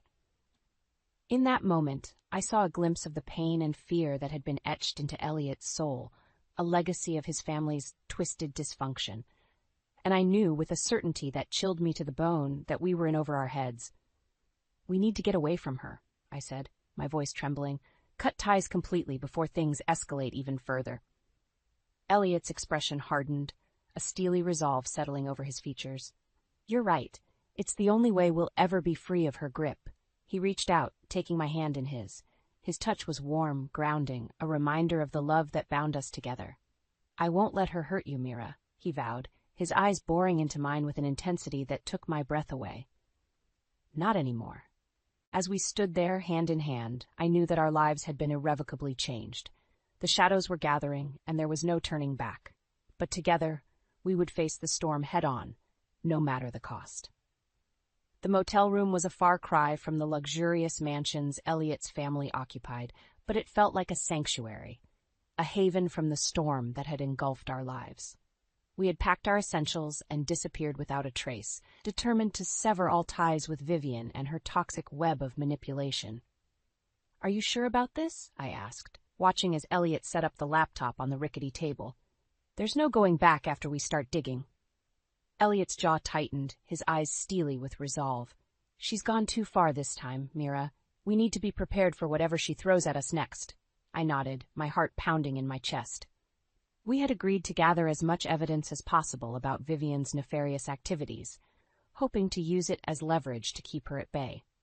But the thought of directly confronting such a powerful and ruthless adversary filled me with dread. Elliot's fingers flew across the keyboard, accessing a series of encrypted files and secured databases. I watched in awe as he navigated the digital labyrinth with expert precision. A world of secrets and hidden truths unfolding before our eyes. "Holy shit," he muttered, his brow furrowing. "Look at this." I leaned closer, my breath catching in my throat. The screen was filled with financial records, account statements, and wire transfers, a Byzantine web of transactions that seemed to implicate Alana in a series of shady business deals. "Your sister's involved?" I whispered, my mind reeling. Elliot's expression darkened. "Looks like it. And if she's in on it, you can bet Mom's pulling the strings." We spent hours scouring through the digital paper trail, uncovering layer after layer of deceit and fraud. Real estate schemes, money laundering, even whispers of connections to organized crime. It seemed the depths of Vivian's depravity knew no bounds. As the sun dipped below the horizon, casting long shadows across the room, I felt a chill run down my spine. We were dealing with forces far more sinister than I could have ever imagined, and the implications were staggering. "What are we going to do?" I asked, my voice trembling. Elliot's gaze was resolute, his jaw set in a hard line. "We're going to take her down once and for all, at the estate auction next month, in front of everyone she's ever tried to impress." My heart skipped a beat. "Are you sure that's wise? She's already shown how far she'll go to protect her empire." Elliot reached across the table, taking my hand in his. "I'm done living in fear, Mira, and with you by my side, I know we can weather any storm." As our fingers intertwined, I felt a surge of strength and determination wash over me. We had uncovered the truth, seen the rot that festered at the heart of Elliot's family legacy, and now it was time to let the light in, no matter the cost. The weeks leading up to the estate auction were a whirlwind of planning and preparation. Elliot and I pored over the mountain of evidence we had amassed, meticulously organizing it into an airtight case against Vivian and her criminal empire. "This has to be bulletproof," Elliot muttered, his brow furrowed in concentration as he cross-referenced financial statements and email trails. "One crack in our narrative, and she'll find a way to slither out." I nodded grimly, my heart pounding with a mixture of anticipation and dread. The stakes had never been higher, and the thought of facing Vivian's wrath sent shivers down my spine. As the date of the auction drew closer, the tension became palpable. Elliot was like a coiled spring, his every move charged with a barely contained fury. I knew he was haunted by the ghosts of his past, the lingering specter of his father's untimely death fueling his quest for justice. One night, as we sat hunched over the laptop in our makeshift war room, I stumbled upon a file that stopped me in my tracks. It was a series of encrypted emails, detailing a series of transactions and meetings that seemed to implicate Vivian in far more than just financial crimes. "Elliot," I whispered, my voice trembling, "I think I know what happened to your father." He stiffened, his eyes wide with a mixture of fear and hope. "What did you find?" I swallowed hard, steeling myself for the revelation.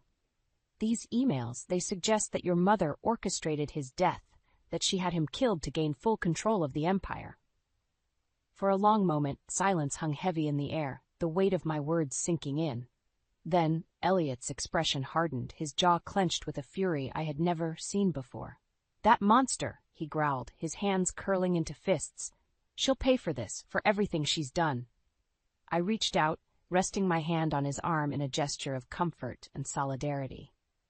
"We'll make sure of it," I promised, my voice steely with determination. In the days that followed, we refined our plan, meticulously choreographing every move and contingency. The auction would be our stage, a public spectacle where we would strip away the veneer of respectability that Vivian had so carefully cultivated. As the big day dawned, I could feel the weight of destiny bearing down upon us. We had traversed a gauntlet of lies and betrayal, confronting the darkest aspects of human nature. But in the end, our love for one another and our unwavering pursuit of justice would be our guiding light through the storm.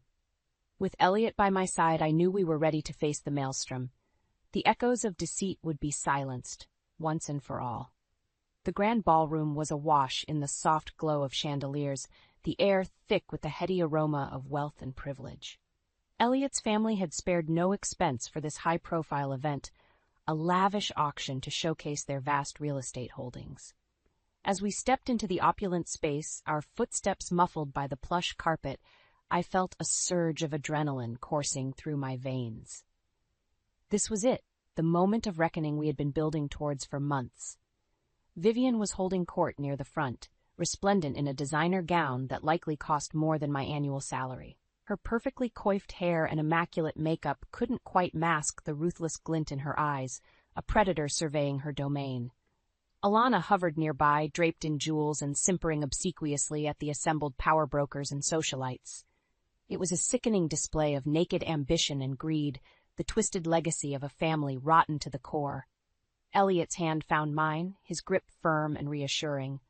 "Are you ready for this?" he murmured, his voice low and intense.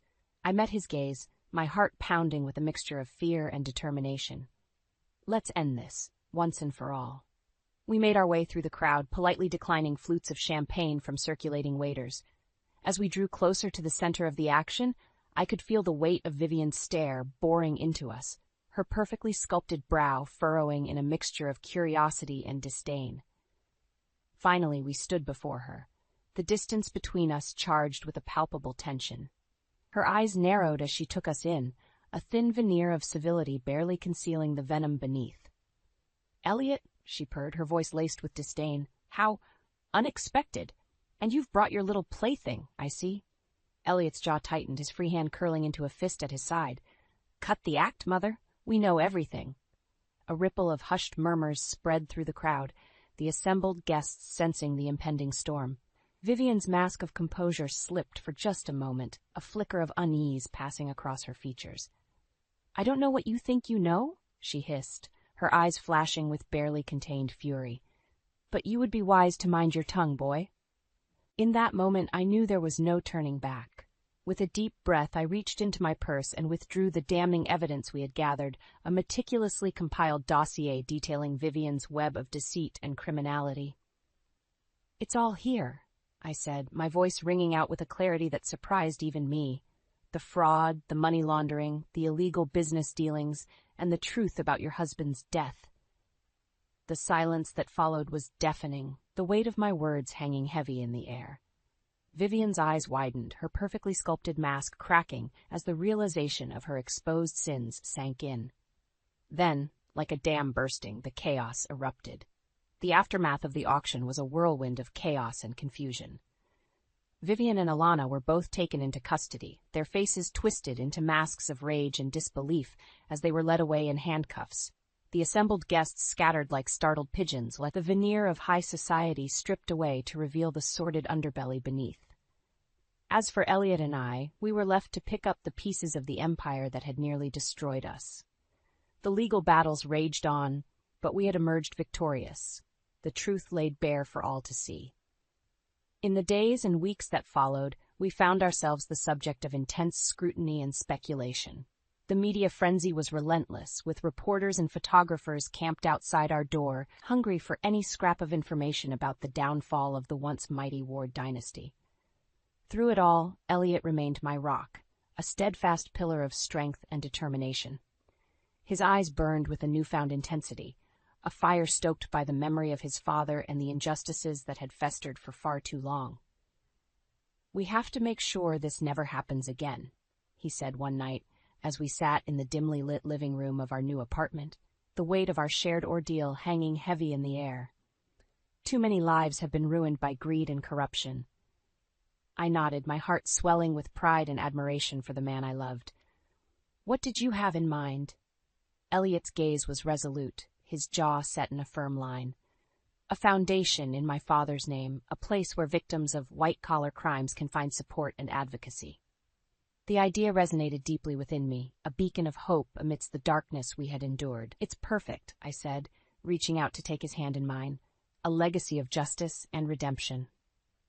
As we began to lay the groundwork for the foundation, a sense of purpose and renewal took root within us.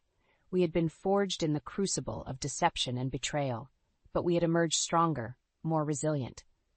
The road ahead was long and arduous, but with each hurdle we cleared, I felt the weight of our past lifting. The shadows that had once loomed so large were receding, replaced by the warm glow of a future filled with promise and possibility. And through it all, our bond only grew stronger. We had faced the darkness together, and in doing so, we had discovered a love that could withstand any storm. A love built on trust, resilience, and an unwavering commitment to justice.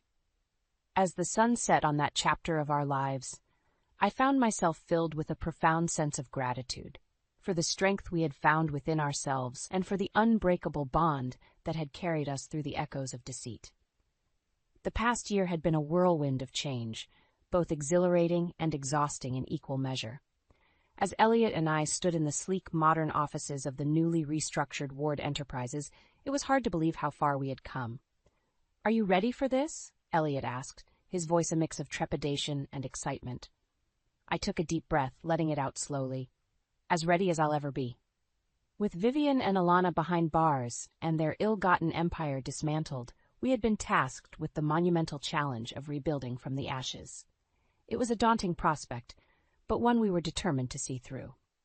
The first order of business was to purge the company of the rot that had taken hold, severing ties with the crooked business partners and shady investors who had enabled Vivian's criminal enterprises. It was a painful process, but a necessary one. "We're going to do things differently," Elliot declared in our first meeting with the remaining senior staff. "No more shortcuts, no more turning a blind eye to unethical practices. From now on, we operate with integrity and transparency." His words were met with a mixture of uncertainty and relief. Some saw it as a much-needed course correction, while others feared the potential financial fallout.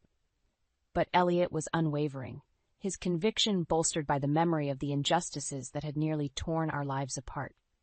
As the weeks turned into months, we began to lay the foundation for a new era at Ward Enterprises. We restructured the company's holdings, divesting from shady real estate deals and instead focusing on legitimate development projects that would benefit local communities. It wasn't always easy. There were setbacks and obstacles at every turn. But through it all, Elliot's determination never wavered, and I found myself buoyed by his unwavering commitment to doing the right thing. "You know," I said one evening as we sat side by side on the balcony of our new penthouse apartment, watching the city lights twinkle in the distance. "When all of this started, I never could have imagined we'd end up here." Elliot chuckled, taking a sip of his wine. "You and me both. But I wouldn't change a thing." I leaned in, resting my head on his shoulder. "Even with everything we went through?" His arm slipped around my waist, pulling me closer. "Especially because of that. It made us stronger, more resilient, and it reminded me of what's really important."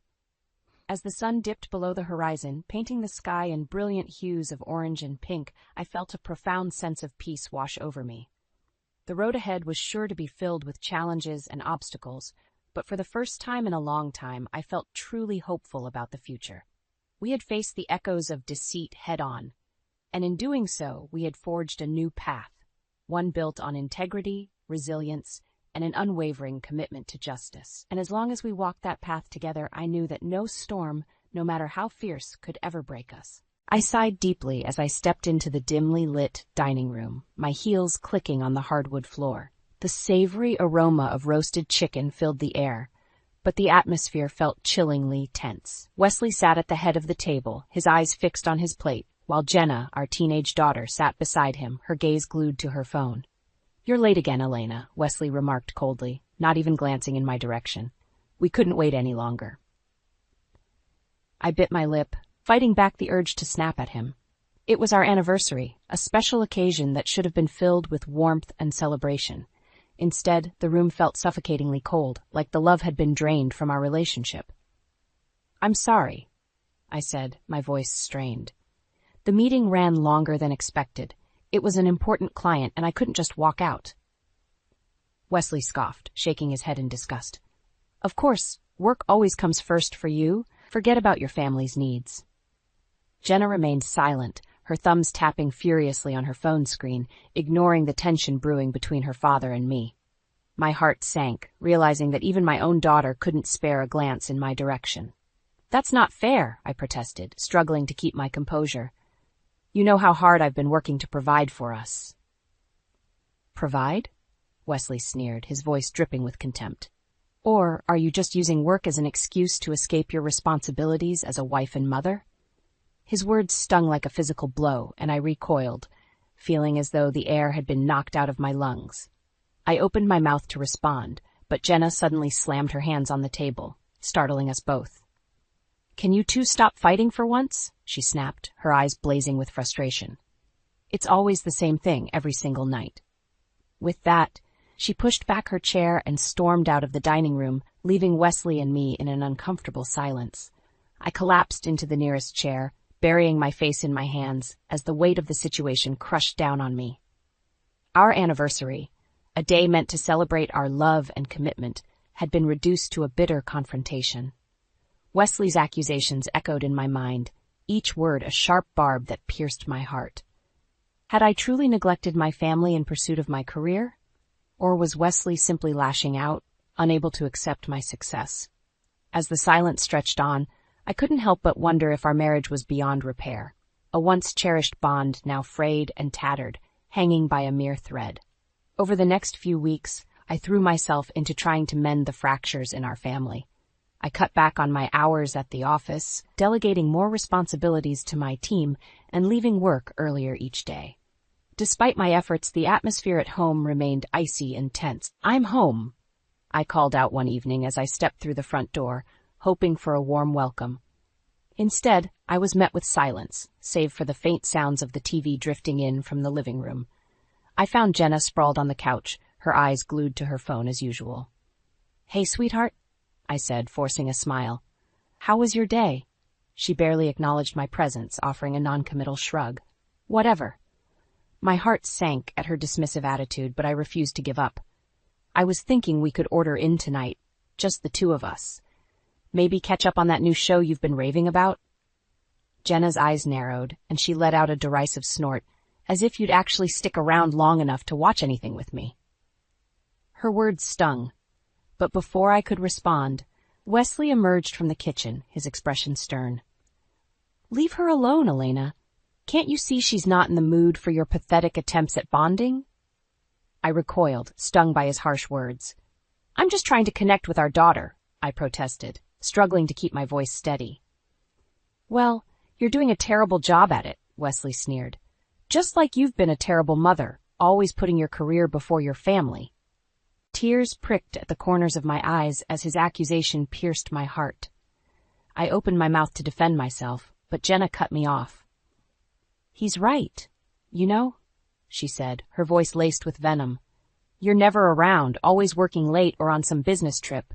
Why should I bother trying to connect with you when you've made it clear your job is more important?"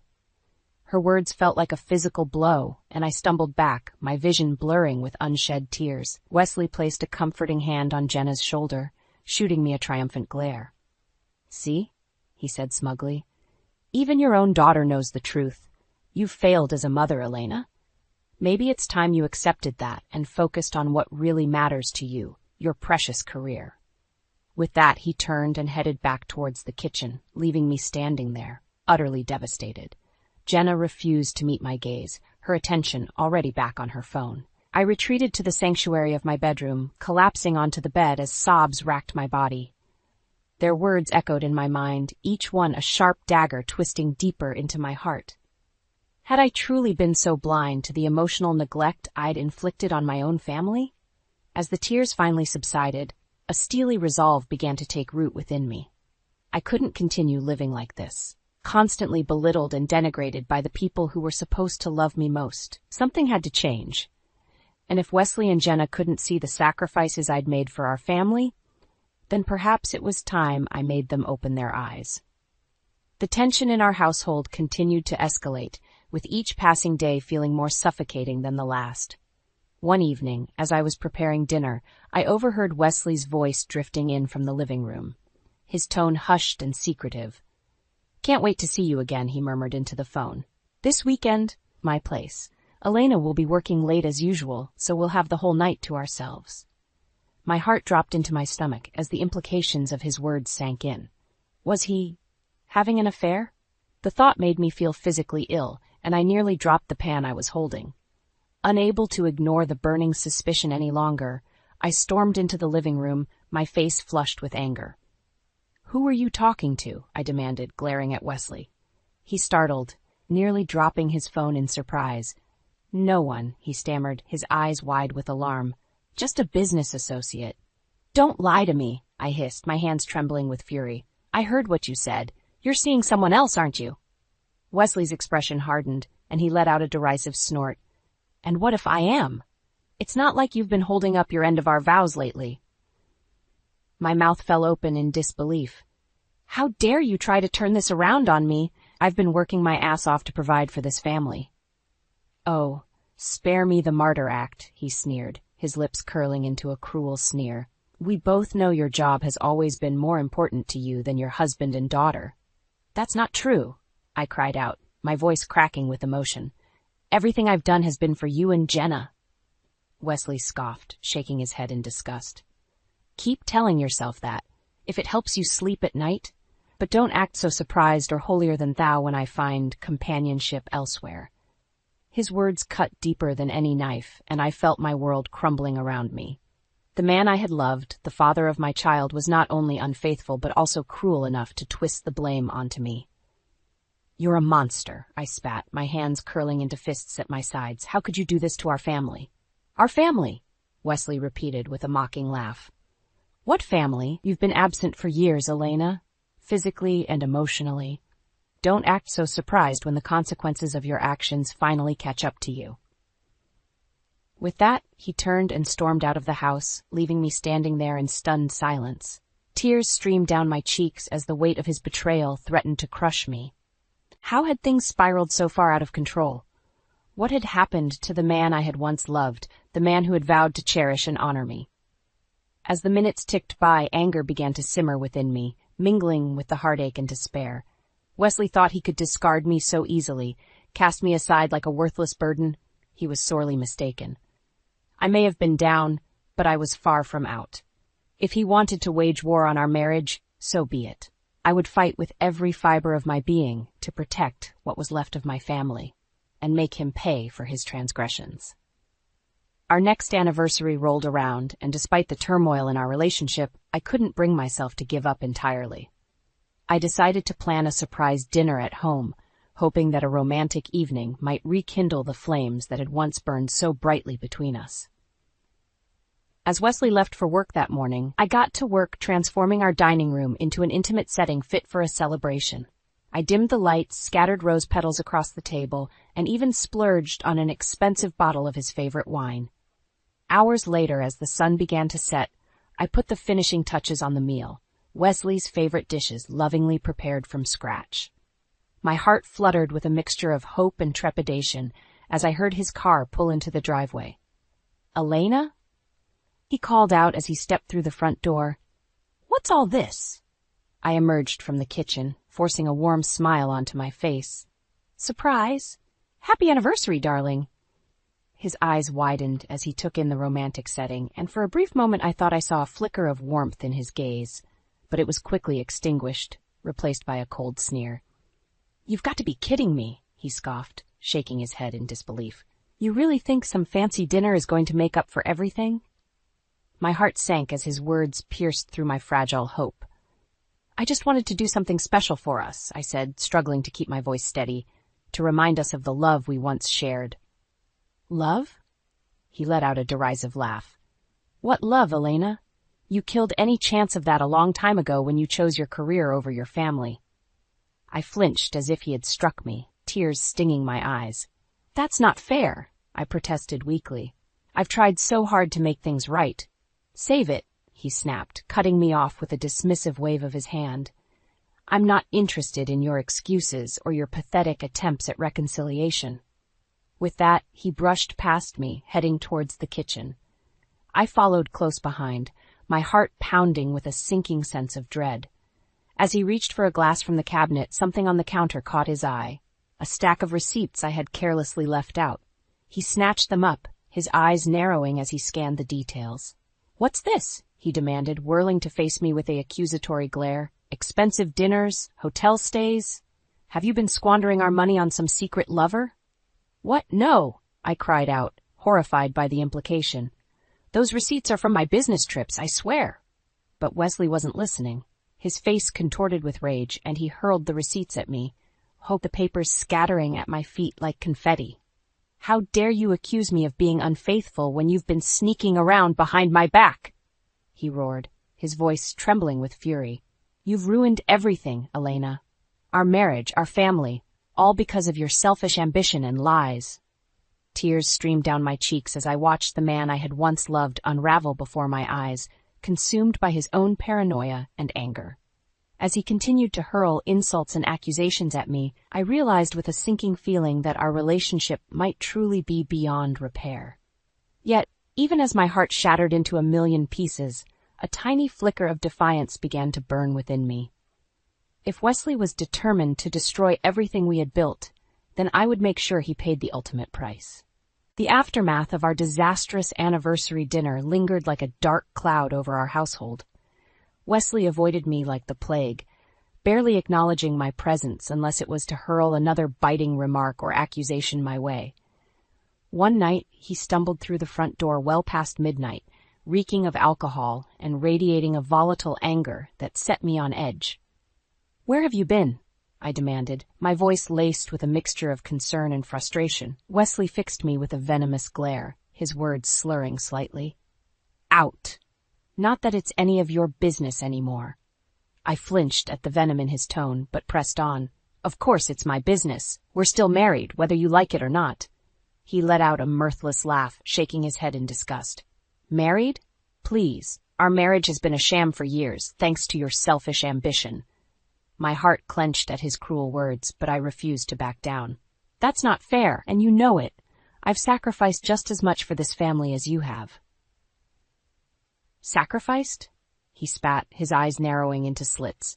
"Don't make me laugh. You've been so consumed by your precious career that you've neglected your duties as a wife and mother." "That's not true," I protested, my voice cracking with emotion. "I've tried so hard to make things work, to be there for you and Jenna." "Well, you failed," he sneered, cutting me off with a dismissive wave of his hand. "Miserably." I opened my mouth to argue, but he pressed on, his words laced with venom. "You want to know the real reason our marriage is in shambles, Elena? It's because you put your job before everything else. Before me, before our daughter. You were never truly present, always chasing after the next big promotion or business deal." Tears stung my eyes as his accusations cut deep, each word a sharp dagger twisting in my heart. "That's not fair," I whispered, my voice trembling. But Wesley was relentless, his fury building with every syllable. "If you want to save what's left of this family, there's only one solution," he growled, his eyes boring into mine with a frightening intensity. "Quit your job, give up your precious career, and be the wife and mother you promised to be when we said our vows." My breath caught in my throat as the ultimatum hung in the air, suffocating me with its weight. Give up everything I had worked so hard for, sacrifice my dreams and ambitions, all to appease his bruised ego? Before I could respond, Jenna appeared at the top of the stairs, her eyes wide with a mixture of fear and anger. "Mom, don't listen to him," she cried out, her voice trembling. "He's the one who's been ruining our family, not you." My heart constricted painfully at the sight of my daughter taking my side, finally seeing the truth behind her father's twisted words. But Wesley was having none of it. "Stay out of this, Jenna," he snarled, whirling to face her with a terrifying rage in his eyes. "This is between your mother and me." In that moment, something inside me snapped. I had endured his emotional abuse, his cruel manipulation for far too long. No more. With a steely resolve, I lifted my chin and met his gaze head-on. "No," I said, my voice ringing with a newfound strength. "I'm done playing by your rules, Wesley. I'm not going to quit my job or let you control me any longer." His eyes widened in shock, and for a fleeting moment I saw a flicker of fear cross his features. But it was quickly replaced by a mask of cold fury. "You'll regret this, Elena," he hissed, his hands clenching into fists at his sides. "Mark my words." But as I looked into the eyes of the man I had once loved, I felt only a sense of resolve and liberation. The shackles of his manipulation had finally been broken, and I was free to chart my own course, no matter the consequences. In the days following my defiant stand against Wesley, a new sense of determination took root within me. I was done being a victim, done allowing his manipulation and emotional abuse to dictate the course of my life. While he was at work, I began quietly gathering important documents, financial records, legal paperwork, anything that could help strengthen my position. I also opened a separate bank account, funneling a portion of my paychecks into it each month, building a nest egg for the inevitable day when I would need to strike out on my own. Whenever Wesley was home, I maintained a cool, cordial demeanor, refusing to engage in his attempts to reignite our arguments or bait me into submission.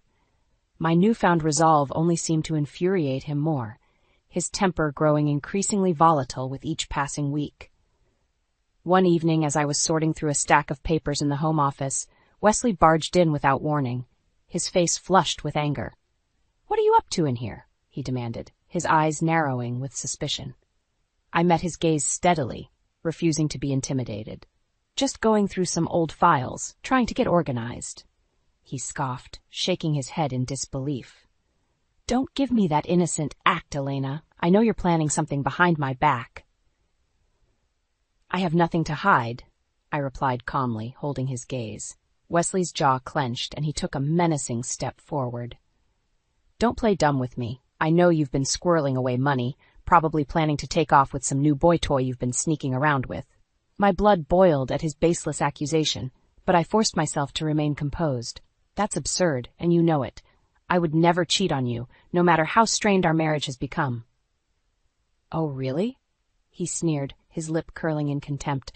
"Because from where I'm standing, it looks like you've been planning to abandon your family for your precious career." I shook my head, refusing to take the bait. "That's not true, Wesley. I'm simply protecting myself and making sure I have options if things continue to deteriorate between us." His eyes widened with rage, and he slammed his fist down on the desk, making me flinch. "Options? You mean divorce? You really think you can just walk away and take everything we've built together?" "I don't want to take anything from you," I said, my voice strained but unwavering. "I just want a fair settlement and a chance to start over." Wesley let out a harsh laugh, shaking his head in disbelief. "Start over? Don't delude yourself, Elena. Without me, you'll be left with nothing, no money, no home, and certainly no custody of Jenna." A chill ran down my spine at the implied threat, but I refused to back down. "We'll see about that," I said, meeting his gaze defiantly. His eyes narrowed, and he leaned in close, his breath hot on my face. "You have no idea what you're up against, Elena. I'll bury you in legal fees and drag this out until you're destitute. And when it's all said and done, Jenna will never want to speak to you again." I recoiled from his toxic words, my heart pounding with a mixture of fear and determination. But before I could respond, a familiar voice rang out from the doorway. "That's enough, Dad." We both whirled around to find Jenna standing there, her eyes blazing with a protective fury I had never seen before. "Leave Mom alone," she said, her voice trembling but resolute. "She's not the one destroying this family. You are." For a long moment, Wesley and I could only gape at her in stunned silence. Then, without another word, he turned and stormed out of the room, slamming the door behind him with a resounding crash. As the dust settled, I turned to Jenna, my heart swelling with a potent mix of love and gratitude. "Thank you," I whispered, reaching out to squeeze her hand. She gave me a small, tentative smile, and in that moment, I knew that no matter what challenges lay ahead, we would face them together, a united front against the toxic forces that had threatened to tear us apart. The tension in our household reached a boiling point in the days that followed. Wesley seemed to sense that I was preparing to make my move, and his desperation grew more palpable with each passing hour. One evening, as I was packing a bag with some essential belongings, he burst into the bedroom without warning, his face contorted with rage. "Going somewhere?" he spat, his eyes narrowing accusingly. I steeled myself, refusing to be intimidated. "As a matter of fact, I am. I'm leaving, Wesley. It's over." His jaw clenched, and he let out a harsh laugh that held no mirth. "You really think it's going to be that easy? That you can just walk out on me, on our family, without facing any consequences?" "I'm not walking out on our family," I countered, my voice steady despite the hammering of my heart. I'm walking away from your abuse and manipulation. It's the only way to protect myself and Jenna. Wesley's eyes flashed with fury, and he took a menacing step forward. Protect her? From what? Her own father? Don't delude yourself, Elena. Without me, you'll have nothing. I shook my head, refusing to be cowed by his threats. That's where you're wrong. I have evidence, Wesley. Recordings of your admissions of infidelity, proof of your reckless spending and lies, more than enough to ensure a favorable settlement in the divorce. For a brief moment his mask of anger faltered, revealing a flicker of fear in his eyes, but it was quickly replaced by a sneer of contempt. You think some flimsy recordings are going to scare me? He scoffed. I have connections, Elena, lawyers who will bury you in paperwork and legal fees until you're destitute, and when it's all said and done, you can kiss any chance of custody goodbye. A chill ran down my spine at the implied threat, but I refused to show any weakness. We'll see about that, I said, lifting my chin defiantly. Wesley's jaw clenched, and he took a step closer, his eyes burning with a volatile intensity. Don't underestimate me, Elena. I'll make sure you regret this decision for the rest of your miserable life. Before I could respond, a familiar voice rang out from the doorway. That's enough, Dad. We both turned to find Jenna standing there, her eyes blazing with a mixture of fear and determination. Leave Mom alone, she said, her voice trembling but resolute. She's not the one destroying this family. You are. Wesley's face contorted with rage, and he whirled to face her, his finger pointed accusingly. Stay out of this, Jenna. This is between your mother and me. But Jenna stood her ground, her gaze unwavering.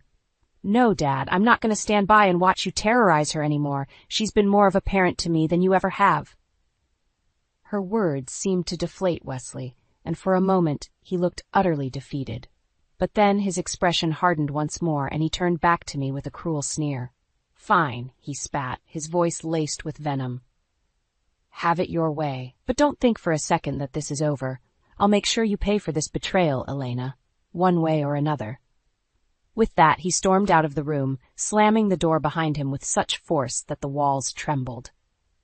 As the dust settled, I turned to Jenna, my heart swelling with a potent mix of love and gratitude. Thank you, I whispered, reaching out to pull her into a fierce embrace. She clung to me, her body trembling with a mixture of fear and relief. I'm sorry. Mom, she murmured, her voice thick with emotion. I'm sorry for ever doubting you, for taking his side. I squeezed her tighter, blinking back tears of my own. It's okay, sweetheart. It's not your fault. He manipulated us both for far too long. As we held each other in that moment, I felt a newfound sense of strength and determination. No matter what threats or obstacles Wesley threw our way, we would face them together. A united front against the toxic forces that had once threatened to tear us apart. The road ahead would be long and arduous, but for the first time in years, I felt truly hopeful. With Jenna by my side, I knew that no matter what, we would emerge victorious. In the days and weeks that followed, my life was consumed by the divorce proceedings. True to his word, Wesley fought me tooth and nail at every turn, dragging out the process and burying me in a mountain of legal paperwork and fees. But I refused to back down, bolstered by the evidence I had gathered and Jenna's unwavering support.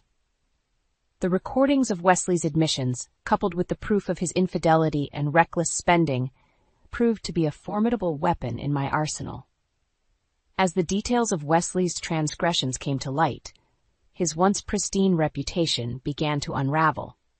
Business associates and friends alike distanced themselves, appalled by his behavior and the depths to which he had sunk. Through it all, Wesley remained defiant, lashing out at me with bitter vitriol whenever the opportunity arose. But his words held less and less power over me with each passing day. You think you've won, don't you? He sneered during one particularly heated exchange. Just wait until the judge sees the truth, that you're an unfit mother who abandoned her family for her career. I met his gaze steadily, refusing to be intimidated. The only one who abandoned this family was you, Wesley, with your lies, your infidelity, and your emotional abuse. The truth is finally coming to light, and there's nothing you can do to stop it. His eyes narrowed into slits, and he leaned in close, his breath hot on my face. We'll see about that. I'll make sure you regret this, Elena, even if it's the last thing I do. But his threats rang hollow, a desperate attempt to cling to the control he had once held over me. I had broken free of his manipulation, and nothing he said or did could change that. In the end, the judge's ruling was a resounding victory for me. Not only was I awarded a sizable portion of our assets, but I also gained primary custody of Jenna, with Wesley relegated to supervised visitation due to his volatile behavior and history of emotional abuse. As we emerged from the courthouse, Jenna wrapped her arms around me, tears of relief shining in her eyes. "It's finally over, Mom," she whispered, her voice trembling with emotion. "We made it." I held her close, my heart swelling with a sense of pride and accomplishment. Yes, we did, together. Off to the side, Wesley stood alone, his shoulders slumped in defeat. The man who had once held so much power and control over us was reduced to a mere shadow of his former self, his reputation and fortune in tatters. As our eyes met, I saw a flicker of something akin to fear cross his features. Fear of the consequences he now faced, the price he would have to pay for his transgressions. In that moment, I felt no pity for him, only a sense of justice and closure. He had brought this reckoning upon himself through his own actions, his own selfish desires, and now he would have to live with the consequences. As we turned and walked away, hand in hand, I felt a weight lift from my shoulders, the weight of years of emotional abuse, manipulation, and turmoil. A new chapter was beginning for Jenna and me, one filled with hope, possibility, and the freedom to chart our own path. And as for Wesley, he would be left to grapple with the wreckage of his own making, a cautionary tale of what happens when pride and selfishness are allowed to consume a person's soul. I didn't look back as we stepped out into the sunlight, surrounded by the promise of a brighter future. The past was behind us, and all that mattered was the journey ahead, a journey we would navigate together, stronger and more resilient than ever before. There was an unsettling feeling in the air as we all gathered at Mom and Dad's place for our regular family dinner. The usual jovial atmosphere was clouded by an unspoken tension that I couldn't quite put my finger on. As I looked around the table, I noticed furtive glances and strained smiles, a stark contrast to the warm camaraderie we typically shared. It wasn't until after the meal, when we had all retreated to the living room, that the cause of the discomfort became glaringly apparent. My daughter-in-law, Celia, was conversing with my niece, her words dripping with disdain. "Can you believe Eliza still insists on cooking these archaic recipes?" Celia scoffed, rolling her eyes. "It's like she's a relic from a bygone era, a mere house ornament, clinging to outdated traditions." Her words felt like a slap across my face, and I could sense the collective intake of breath from the others present. For a moment I was paralyzed, unsure of how to respond to such blatant disrespect. Anger surged through me, but I quickly tempered it, recognizing that lashing out would only further escalate the situation. Instead, I took a deep breath and focused on maintaining my composure, choosing to address the issue at a more opportune time.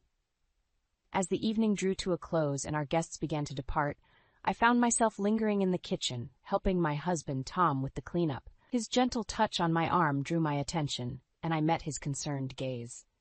"Are you all right, Eliza?" he asked, his brow furrowed. "I know Celia's words stung, but try not to let them get to you." I forced a smile, but my heart was heavy with a newfound realization. My daughter-in-law's disdain for my role as a homemaker had been simmering beneath the surface all along, and her callous remark had merely brought it to a boiling point. As I retired to bed that night, my mind whirled with a multitude of thoughts. Celia's dismissive attitude towards my lifestyle choices had become increasingly apparent, and I couldn't help but wonder if her disrespect extended beyond just words. It was in that moment that I vowed to confront this issue head-on, to stand up for myself and the values I held dear. No longer would I allow Celia's contemptuous behavior to go unchecked. It was time to reclaim my dignity and assert my worth, not just as a homemaker, but as a woman deserving of respect. In the weeks that followed, an uneasy calm settled over our household. Celia's disrespectful comment had left a sour taste, but I chose to temporarily swallow my pride in the hopes of preserving family harmony. That delicate peace, however, was shattered when Jake and Celia approached Tom and me with a proposal that would upend our lives. "Mom, Dad, we've been thinking," Jake began, his arm draped around Celia's shoulders. With the cost of living these days, it's getting harder for us to save up for our dream of starting a business. Celia nodded eagerly, her eyes gleaming with anticipation. That's why we were wondering if we could move in with you for a while. Your place is so spacious, and it would really help us get our finances in order. My initial reaction was one of hesitation. Having Celia under the same roof, with her thinly veiled contempt for my way of life, felt like a recipe for disaster. But then I looked at Jake, my son, and saw the hopeful expression on his face. We'd contribute to household expenses, of course, Celia chimed in, as if sensing my reluctance. And I can help out around the house, too, take some of the burden off you. Her words rang hollow, but I couldn't bring myself to outright deny their request. This was an opportunity to build a stronger relationship with my daughter-in-law and support my son's ambitions. Of course you're welcome to stay, I heard myself saying, despite the nagging voice in my head warning me of the potential consequences. The weeks that followed were a whirlwind of activity as Jake and Celia settled into our home. At first, Celia seemed true to her word, pitching in with household chores and even offering to cook a few meals. But it didn't take long for the cracks to start showing.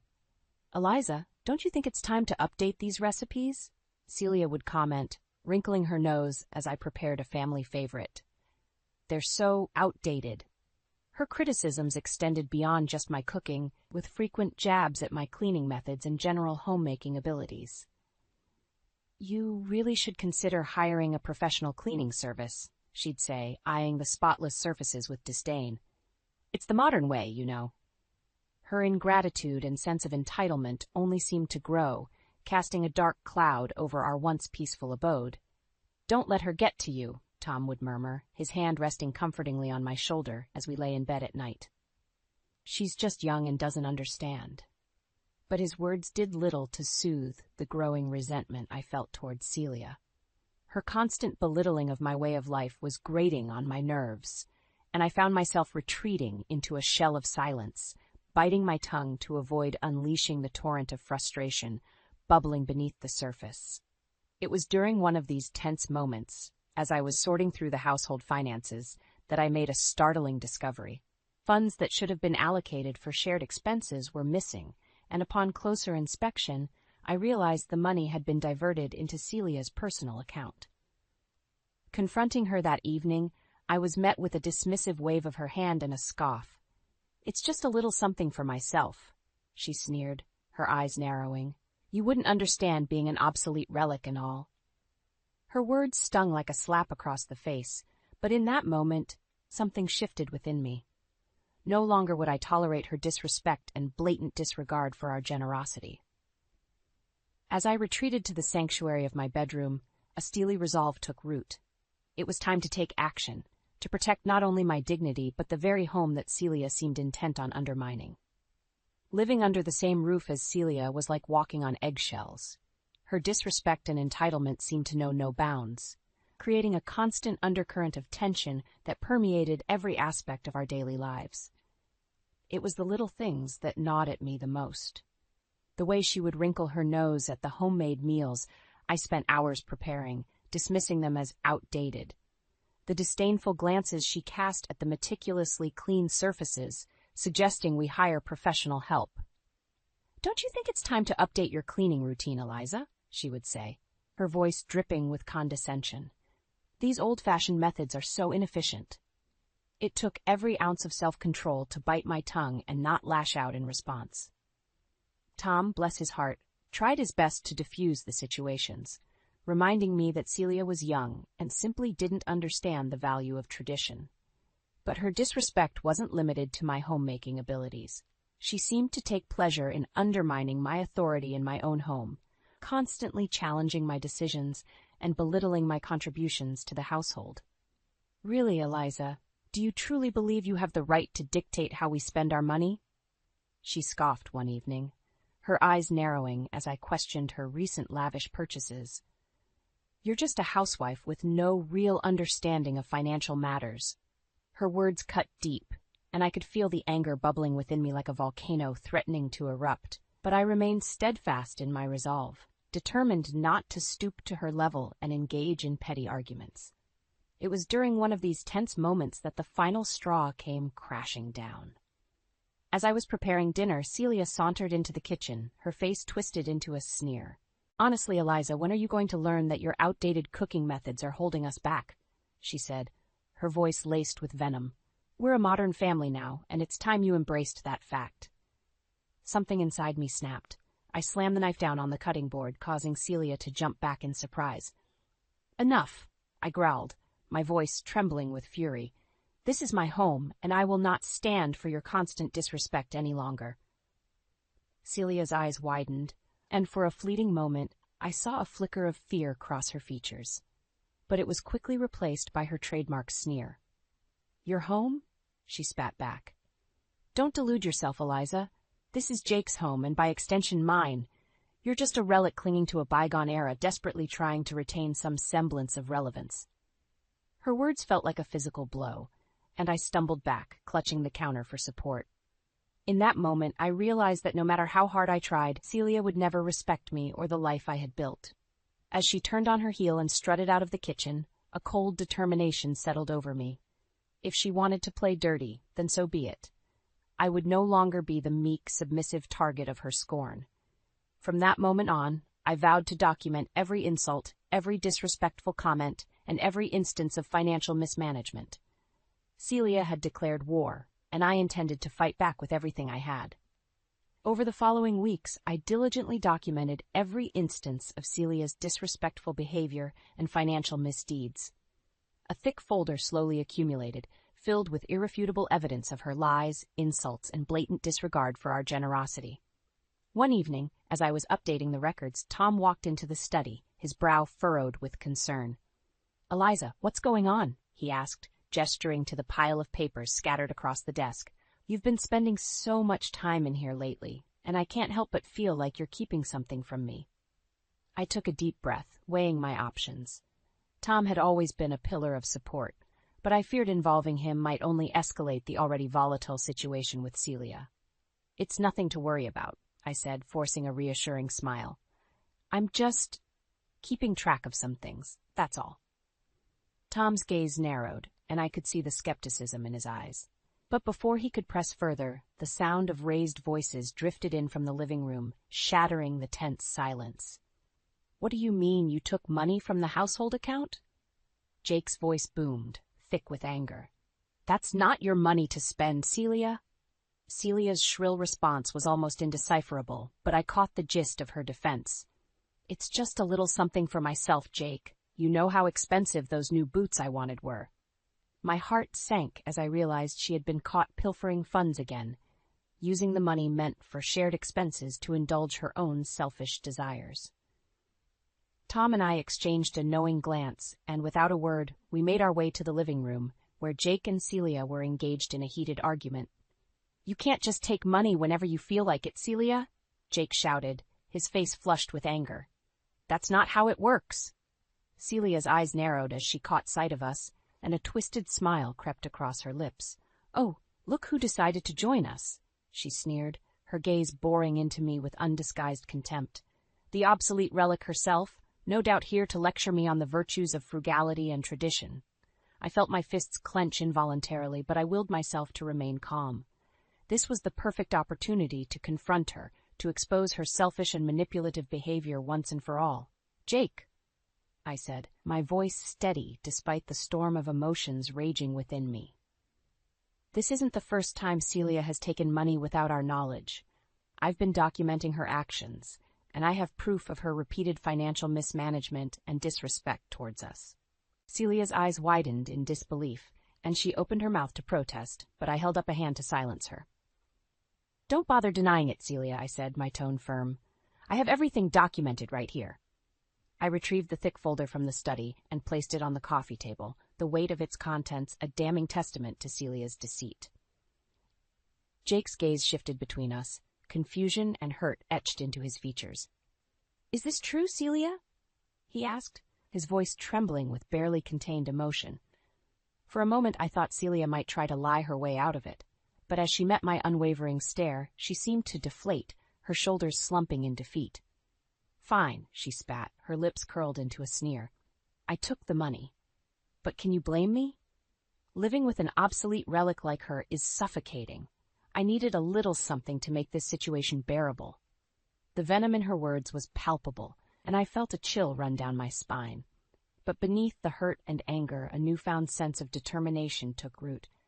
No longer would I allow Celia to treat me with such blatant disrespect. It was time to take a stand, not just for myself, but for the sanctity of our home and family. The aftermath of Celia's exposed deceit hung heavy in the air, casting a pall over our once peaceful home. Jake, devastated by his wife's betrayal, had retreated into a shell of stunned silence, barely uttering a word as he grappled with the harsh reality. As for Celia, she maintained an air of defiance, her chin tilted defiantly as she brushed past me in the hallways, her eyes burning with undisguised contempt. It was clear she had no intention of admitting wrongdoing or offering any semblance of remorse.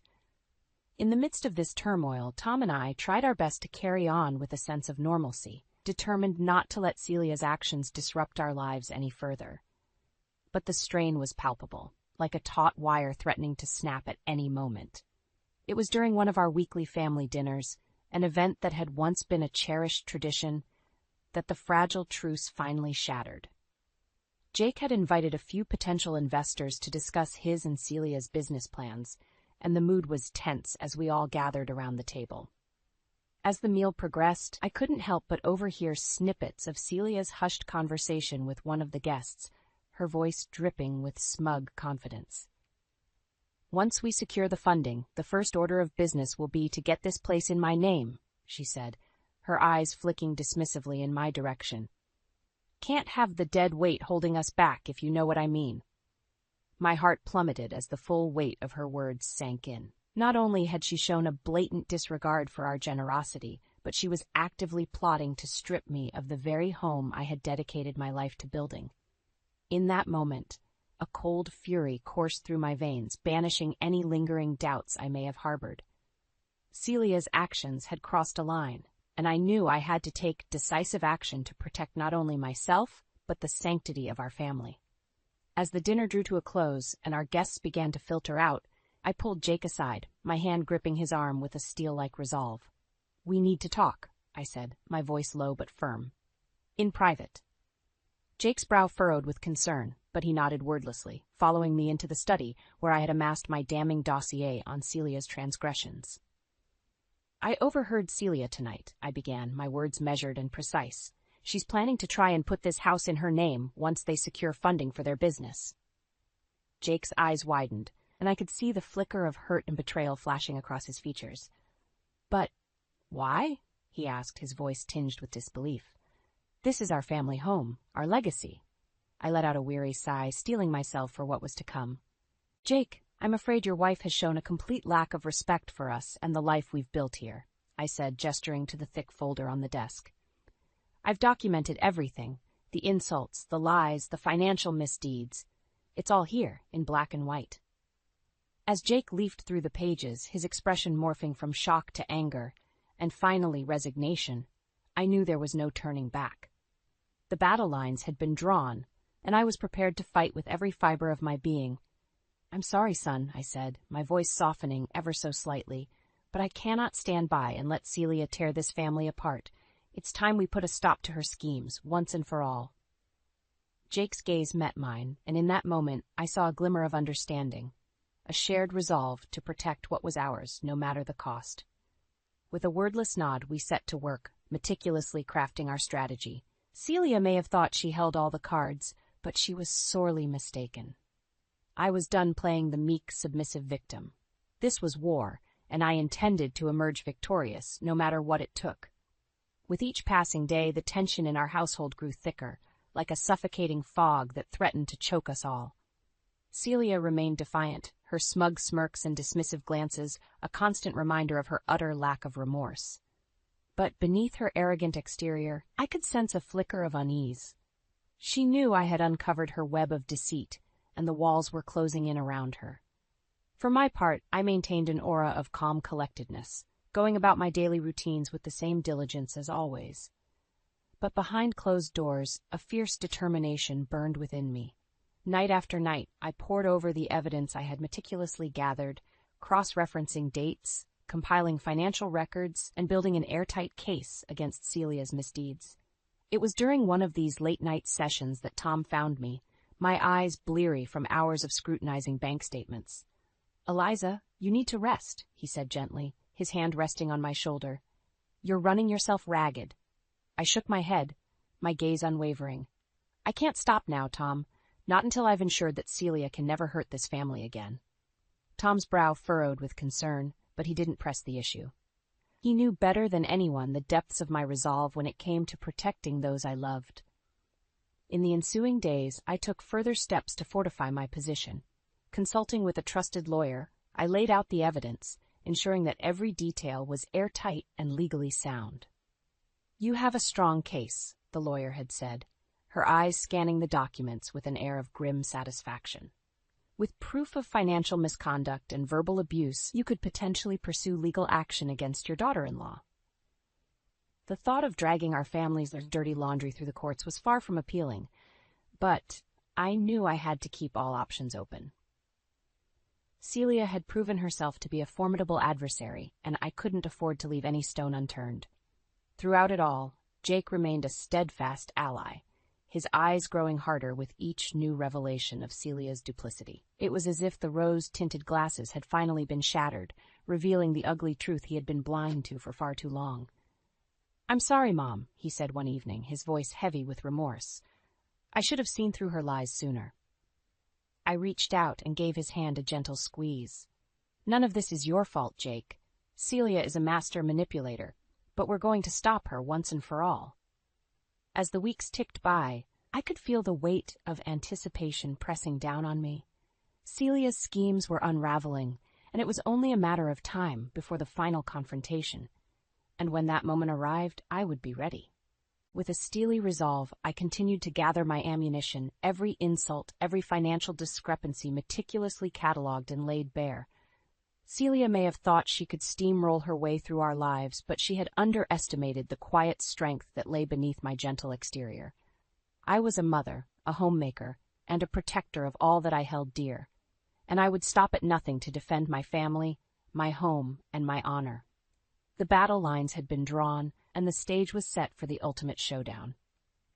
Celia's reign of terror was coming to an end, and I would be the one to deliver the final blow.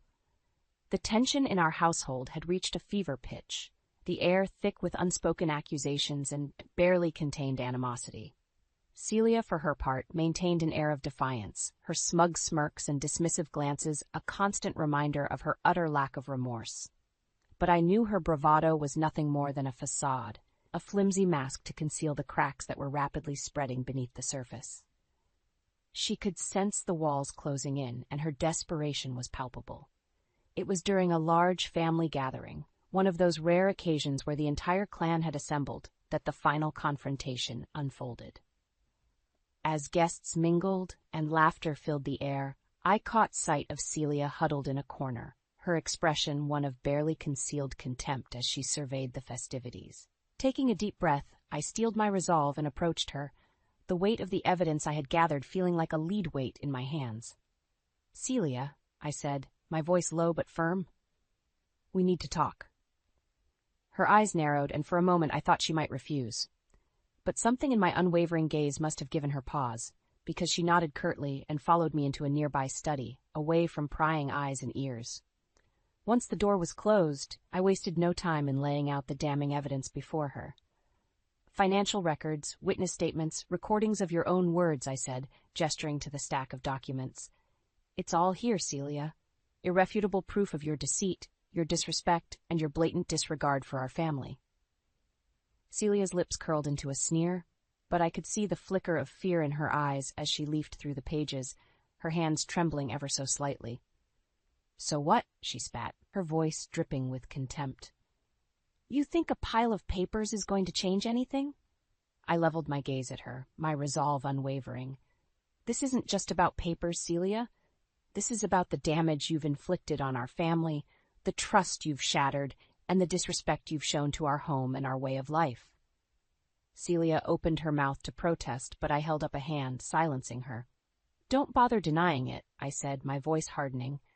I have everything documented, every lie, every insult, every penny you've pilfered for your own selfish desires. Celia's eyes widened, and for a moment she seemed at a loss for words.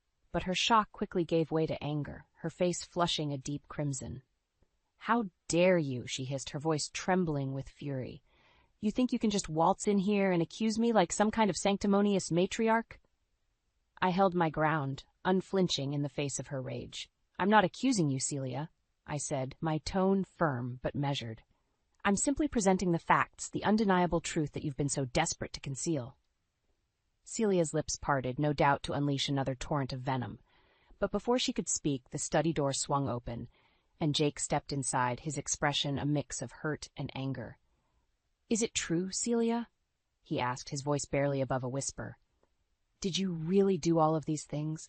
Celia's gaze darted between us, her eyes wild and desperate. For a moment, I thought she might try to deny everything, to spin yet another web of lies. But then her shoulders slumped and the fight seemed to drain out of her.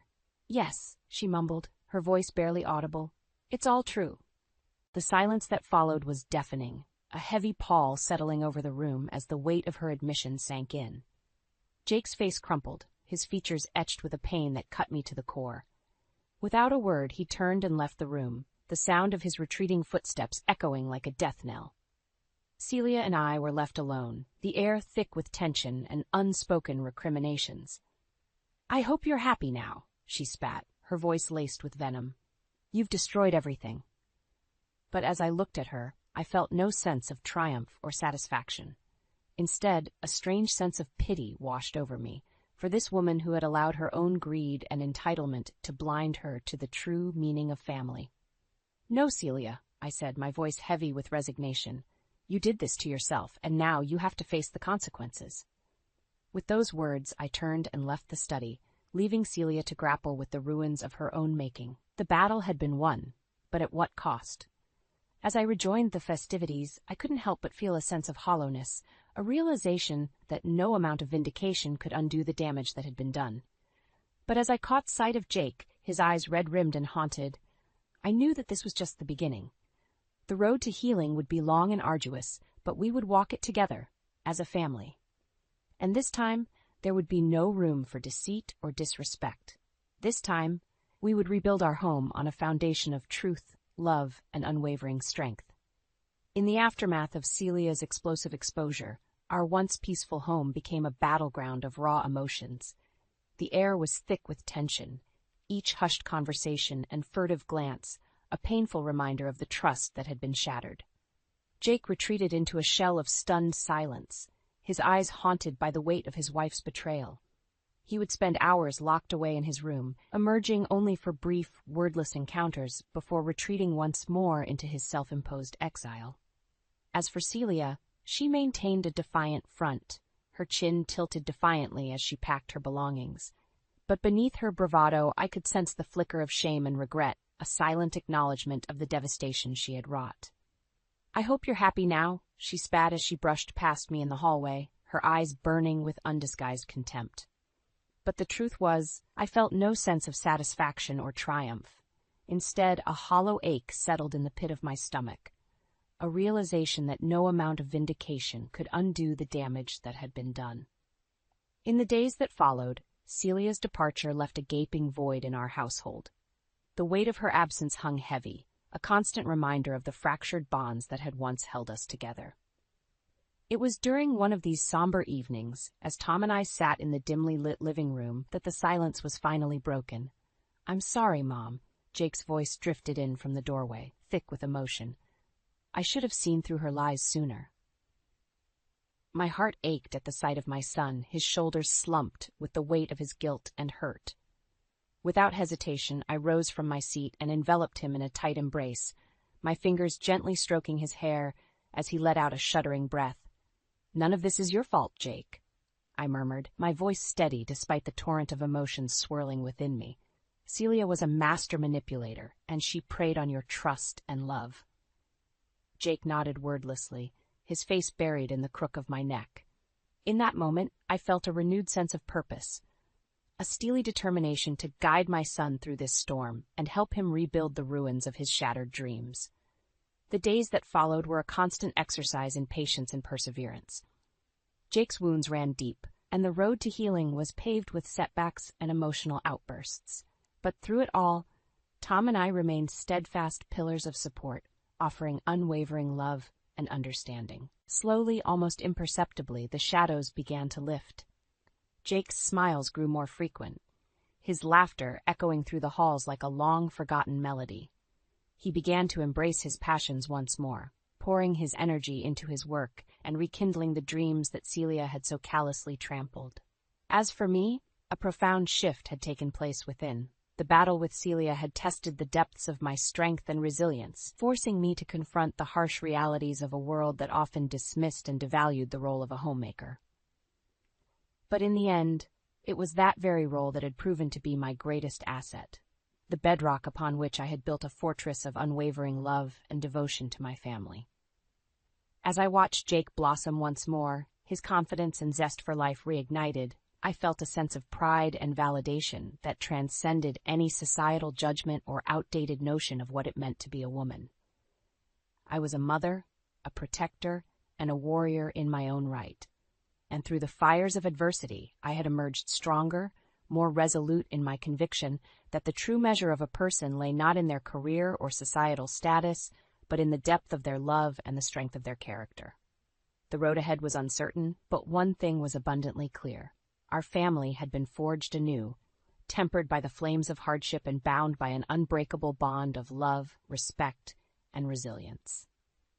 As I looked ahead to the future, I did so with a sense of hope and determination, secure in the knowledge that no matter what challenges lay ahead, we would face them together as a united front, forever strengthened by the ties that bind. The freezing wind howled relentlessly, whipping against the car windows as Celine's voice cut through the frigid air, laced with disdain. "You two have been nothing but a burden since you moved in. Sort out your own mess this time." With a dismissive wave, she rolled up the window, leaving me and my feverish granddaughter Alara stranded on the icy curb. I clutched Alara closer, her small frame shivering violently against mine. The hospital loomed in the distance, a mirage of safety amidst the swirling snow. I had no choice but to forge ahead, one painful step at a time. This wasn't how I envisioned my life after Robert's passing. Moving in with my son Denton and his family was supposed to be a fresh start, a chance to heal and create precious memories with Alara. But Celine had other plans. From the moment I stepped through their door, her barely concealed contempt seeped into every interaction. Denton, ever the peacekeeper, remained oblivious to the toxic undercurrents brewing beneath his own roof. Alara's once vibrant spirit gradually dimmed, her laughter becoming a rare commodity. I watched helplessly as Celine's sharp tongue chipped away at her confidence, dismissing her as a nuisance whenever Denton wasn't around. "Grandma, I'm so cold," Alara whimpered, her words muffled against my coat. I tightened my grip, determination hardening my resolve. We would make it through this ordeal, and then I would find a way to free us from Celine's suffocating grip. I could no longer stand idly by while my granddaughter's light was extinguished before my eyes. The time had come to gather my strength and confront the shadows that threatened to consume us both. After the harrowing ordeal of reaching the hospital, Alara and I were admitted for treatment. As the doctor tended to us, I couldn't shake the nagging worry that had taken root. Alara's dull eyes and listless demeanor hinted at a deeper malaise than mere illness. Once we were settled in our room, I gently broached the subject. "Sweetheart, is everything okay at home? You know you can tell Grandma anything." Alara hesitated, her small fingers fiddling with the hospital blanket. "Mom gets really mad sometimes," she whispered, her voice barely audible. "When Dad's not home, she yells a lot and calls me names." My heart clenched at her words, pieces of the puzzle falling into place. Celine's contempt extended far beyond me. Her own daughter was a target of her cruelty. "Does she ever hurt you?" I asked, dreading the answer. Alara shook her head quickly. "No, she just gets really angry and says mean things." Relief washed over me, but the revelation left a bitter taste. How could a mother treat her child with such disdain? As the days passed, Alara's trust in me grew, and she began sharing more disturbing details. Celine's neglect knew no bounds, forgetting meals, leaving Alara alone for hours, and lashing out over the most trivial mishaps. With each new disclosure, my resolve hardened. I couldn't allow this toxic environment to continue poisoning my precious granddaughter's spirit. But confronting Celine directly would only invite manipulation and denials. I needed concrete evidence to expose her true nature to Denton. From that moment on, I became a silent observer, carefully documenting every incident, every cruel remark, and every act of negligence. My notebook became a damning record of Celine's transgressions, a weapon to wield against her facade of perfection. As we recovered in the hospital, I found solace in plotting our escape from Celine's tyranny. No longer would we cower in the shadows, fearing her wrath. It was time to bring her reign of terror to an end, no matter the cost. Back home after our hospital stay, I vowed to keep a closer eye on Celine's behavior. It didn't take long for her true colors to rear their ugly head once more. One afternoon, Alara accidentally spilled her juice while coloring at the kitchen table. A harmless mistake, one any child could make. But to Celine, it was an unforgivable offense. "You clumsy brat," she snarled, snatching the empty cup from Alara's trembling hands. "Look at the mess you've made. Can't you do anything right?" Alara shrank back, her eyes welling with tears. "I'm sorry, Mommy. It was an accident." Celine's lips curled in a sneer. "Sorry doesn't clean up your messes, does it? Useless, just like your good-for-nothing grandma." My blood boiled at her scathing words, but I forced myself to remain calm. Confronting her directly would only provoke more venom. As Celine stormed off, muttering insults under her breath, I pulled Alara into a tight embrace. "Don't listen to her, sweetie. You did nothing wrong." Alara clung to me, her small frame shaking with quiet sobs.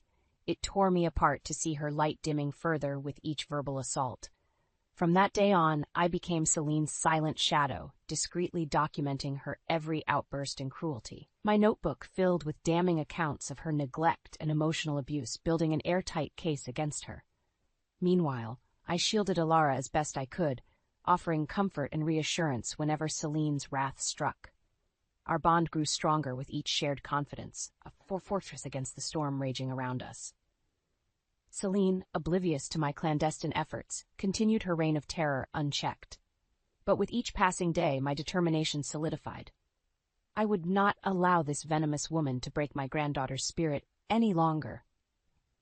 The perfect opportunity arose when Denton announced a business trip, leaving us alone with Celine for a week. I steeled myself, ready to unleash the full force of my ammunition. As Denton's car disappeared down the driveway, Celine turned to us with a sinister smile. "Looks like it's just us girls for a while. You two had better be on your best behavior." I met her gaze unflinchingly, my notebook tucked securely under my arm. The time for reckoning had arrived. With Denton away, Celine descended into a frenzy of cruelty, unleashing her wrath on Alara and me without restraint. Gone were the pretenses of civility. Her true, vile nature was on full display. "Look at this pigsty," she snarled, sweeping her arm across the living room. A few toys lay scattered, evidence of Alara's innocent playtime. "Clean up this mess immediately, you worthless brats!" Alara scrambled to gather her belongings, her small hands trembling. I clenched my fists, biting back the torrent of anger threatening to spill forth. As the week dragged on, each day brought fresh torment. Celine delighted in berating Alara over the slightest infractions, her insults growing increasingly vicious. "You're nothing but a burden, a mistake I wish I'd never made," she hissed, towering over Alara's cowering form. I couldn't bear to witness the light in my granddaughter's eyes dimming further. Enough was enough. I would no longer stand idly by. That night, as Celine retired to her room, I gathered Alara close. "Sweetheart, I need you to be brave for me," I whispered. "Tell me everything that's been happening when your dad is away. Don't leave out a single detail." With tears streaming down her cheeks, Alara poured out the heartbreaking truth. The neglect, the name-calling, the constant belittling. Each word was a dagger to my heart, but I diligently recorded every painful revelation in my notebook. By the end of her testimony, my hands were trembling with rage. How could a mother inflict such cruelty upon her own child? As the week drew to a close, I found myself at a crossroads. Part of me yearned to confront Celine head-on, to unleash the full force of my righteous fury. But a small, cautious voice warned against such rash action. Without Denton's support, any confrontation would be futile. leaving Alara and me vulnerable to further retaliation. No, I needed to bide my time, to wait for the perfect moment to shatter Celine's facade and expose her true, monstrous nature. Only then could we find the freedom and peace we so desperately craved. With a heavy heart, I tucked my damning evidence away, forcing a mask of calm over my seething rage. Celine would pay for her sins, but not until I had Denton as an ally in our fight. For now I would endure, shielding Alara as best I could until the time for reckoning arrived. The day of the storm dawned ominously, the leaden skies foreshadowing the tempest to come. As the winds howled and the snow swirled relentlessly, Alara and I fell ill, our bodies racked with fever and chills. In our weakened state, we were mere burdens in Celine's eyes. "You two are more trouble than you're worth," she spat, glaring at us with undisguised contempt. "I'm not wasting my time dragging your sorry selves to the hospital." I mustered what little strength I had, pleading with her. "Alara is just a child, Celine. She needs medical care." Her lips twisted into a cruel sneer. "Then I suggest you figure it out, old woman. I've got better things to do than cater to your pathetic whims." With those venomous words, she turned and stalked away, leaving us to fend for ourselves against the raging storm. Desperation clawed at me as I gathered Alara into my arms, her small form burning with fever. We had no choice but to brave the treacherous conditions, no matter the cost.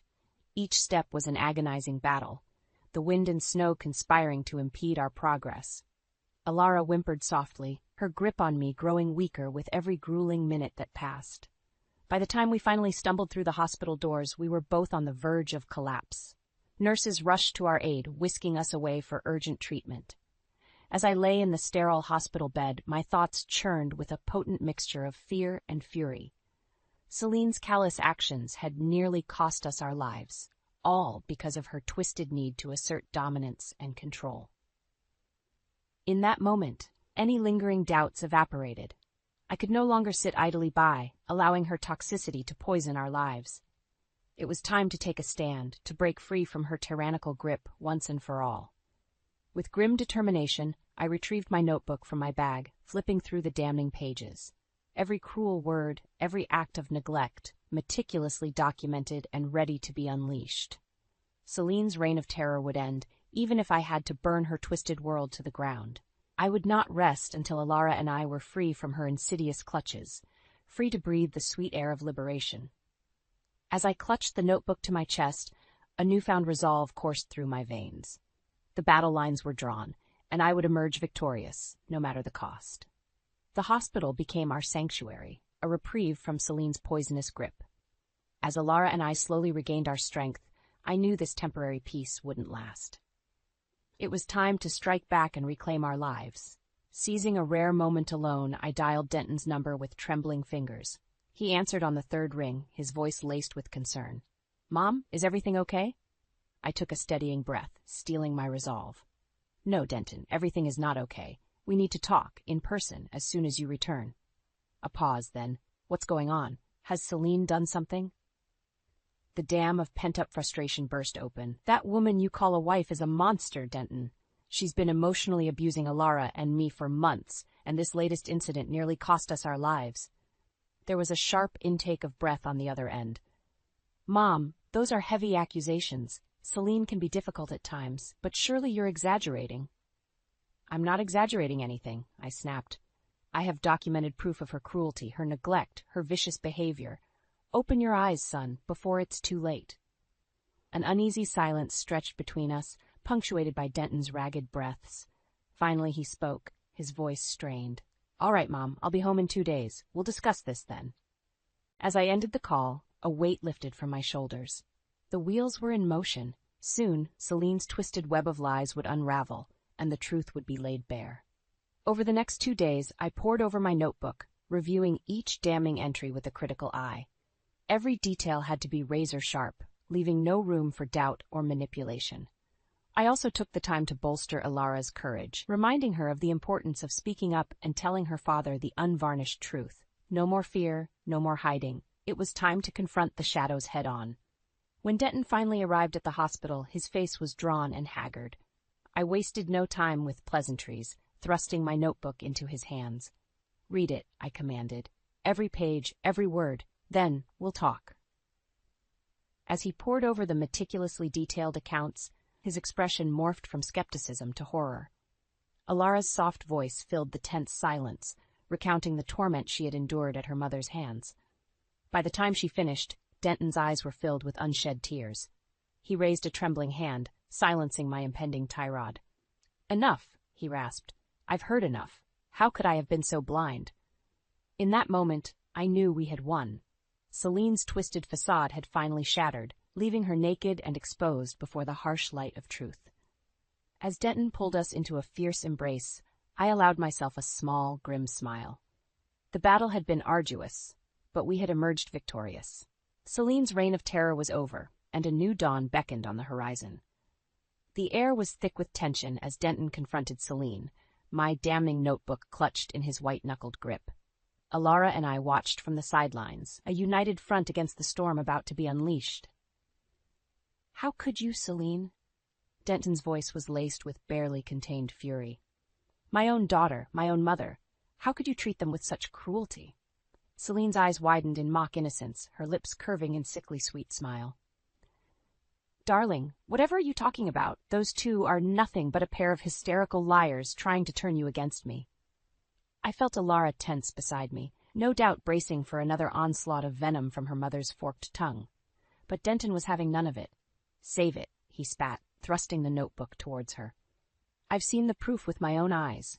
The names you called her, the neglect, the emotional abuse, it's all documented here in excruciating detail." Celine's saccharine mask slipped, her features twisting into an ugly sneer. "So the old hag has been keeping a little diary, has she? How quaint." "This is no joke, Celine." Denton's voice was low, dangerous. "I want the truth, and I want it now. Why? Why would you treat your own family with such contempt?" For a moment, Celine's eyes darted towards us, a flicker of unease crossing her face. But it was gone in an instant, replaced by a cold, calculating stare. "Because they're nothing but a pair of worthless burdens dragging me down," she hissed. "That sniveling brat of yours is a constant annoyance, and your mother is a meddlesome relic who should have been left to rot in a nursing home." The venom in her words took my breath away, but Alara surprised us all by stepping forward, her small frame trembling with a newfound courage. "You're wrong, Mommy," she said, her voice ringing with clarity. "Grandma is the only one who ever really loved me. You're just a mean, horrible person." Celine recoiled as if struck, her eyes blazing with fury. For a moment, I feared she might lash out physically, but Denton was there in an instant, placing himself between her and Alara like a shield. "That's enough," he said, his tone leaving no room for argument. "I've seen all I need to see. We're done, Celine. Pack your things and get out of my house." As Celine sputtered and raged, hurling every vile insult in her arsenal, Denton simply turned his back on her, gathering Alara into his arms. I followed suit, wrapping my arms around them both in a protective embrace. The battle was won, the monster slain. As Celine's shrill threats faded into the distance, a profound sense of peace washed over me. The shadows had been banished, and a new chapter was about to begin. In the aftermath of Celine's explosive departure, a palpable sense of relief settled over our household. The shadows that had once loomed so oppressively were banished, replaced by the warm glow of newfound freedom. As Denton finalized the divorce proceedings, Alara and I began the process of healing, shedding the emotional scars inflicted by Celine's reign of terror. With each passing day, I watched my granddaughter's spirit regain its vibrancy, her laughter echoing through the halls once more. Gone were the timid glances and hushed tones, replaced by the unbridled joy of a child finally allowed to be herself. Denton, too, seemed renewed, as if a great weight had been lifted from his shoulders. "I was so blind," he confided in me one evening as we sat on the porch, basking in the warm summer breeze, "so caught up in trying to maintain the perfect family that I ignored the cracks in the foundation." I reached over, giving his hand a gentle squeeze. "What matters now is that we've found our way back to each other. Alara is thriving, and we can finally move forward as a family, free from Celine's poisonous influence." Denton nodded, his eyes shining with a mixture of gratitude and resolve. "None of this would have been possible without your strength, Mom. You were the one who refused to let that woman break us." A lump formed in my throat as I thought back to the darkest days, when Celine's cruelty seemed inescapable. But in the end, love and perseverance had prevailed, forging us into an unbreakable unit. Over the following months, we settled into a new normal, a life defined not by fear or manipulation, but by genuine love and support. Denton poured his energy into his work and being the best father he could be, while Alara and I rekindled our bond, sharing secrets and laughter like co-conspirators. As I watched them play in the backyard one sun-dappled afternoon, my heart swelled with contentment. This was the life I had always envisioned, a warm, nurturing haven where my family could thrive. In that moment, I silently thanked the universe for granting me the courage to stand firm against the shadows that had once threatened to consume us. It had been a harrowing journey, but we had emerged victorious, our love and resilience shining like a beacon in the darkness. As Alara's joyful giggles floated on the gentle breeze, I knew that no matter what challenges lay ahead, we would face them together, fortified by the unbreakable bonds of family. The shadows were gone, banished forever, and a new dawn had finally arrived. I glanced at my watch, the luminous dial barely visible in the dimly lit bar. It was nearly closing time, but still no sign of Todd. Not that I was surprised. Punctuality was never his strong suit. A slight movement caught my eye, and I turned to see him sauntering in, that familiar arrogant smirk plastered across his face. "Marie," he drawled, sliding onto the bar stool next to me. "Long time no see. You're looking good, babe." His eyes raked over me in a way that made my skin crawl. I tensed, fingers tightening around my glass. "What do you want, Todd?" He feigned innocence. "What, a guy can't catch up with an old friend? An old friend? After what he'd done to me?" The memories came flooding back, and I felt the familiar sting of betrayal. But this time, I refused to be the victim. "We were never friends," I said coolly. "And you lost the right to call me babe a long time ago." Something flickered in his eyes, surprise, maybe even a hint of respect. Good. I wasn't the same naive girl he'd played all those years ago. "Ooh, someone's grown a backbone," another voice chimed in. Lindsay sidled up beside Todd, that same cruel glint in her eyes. So they were still together. How fitting. I took a deep breath, steadying myself. "You two really have some nerve showing your faces around me after what you put me through." Todd scoffed. "You're one to talk, Marie. Marrying someone else's child?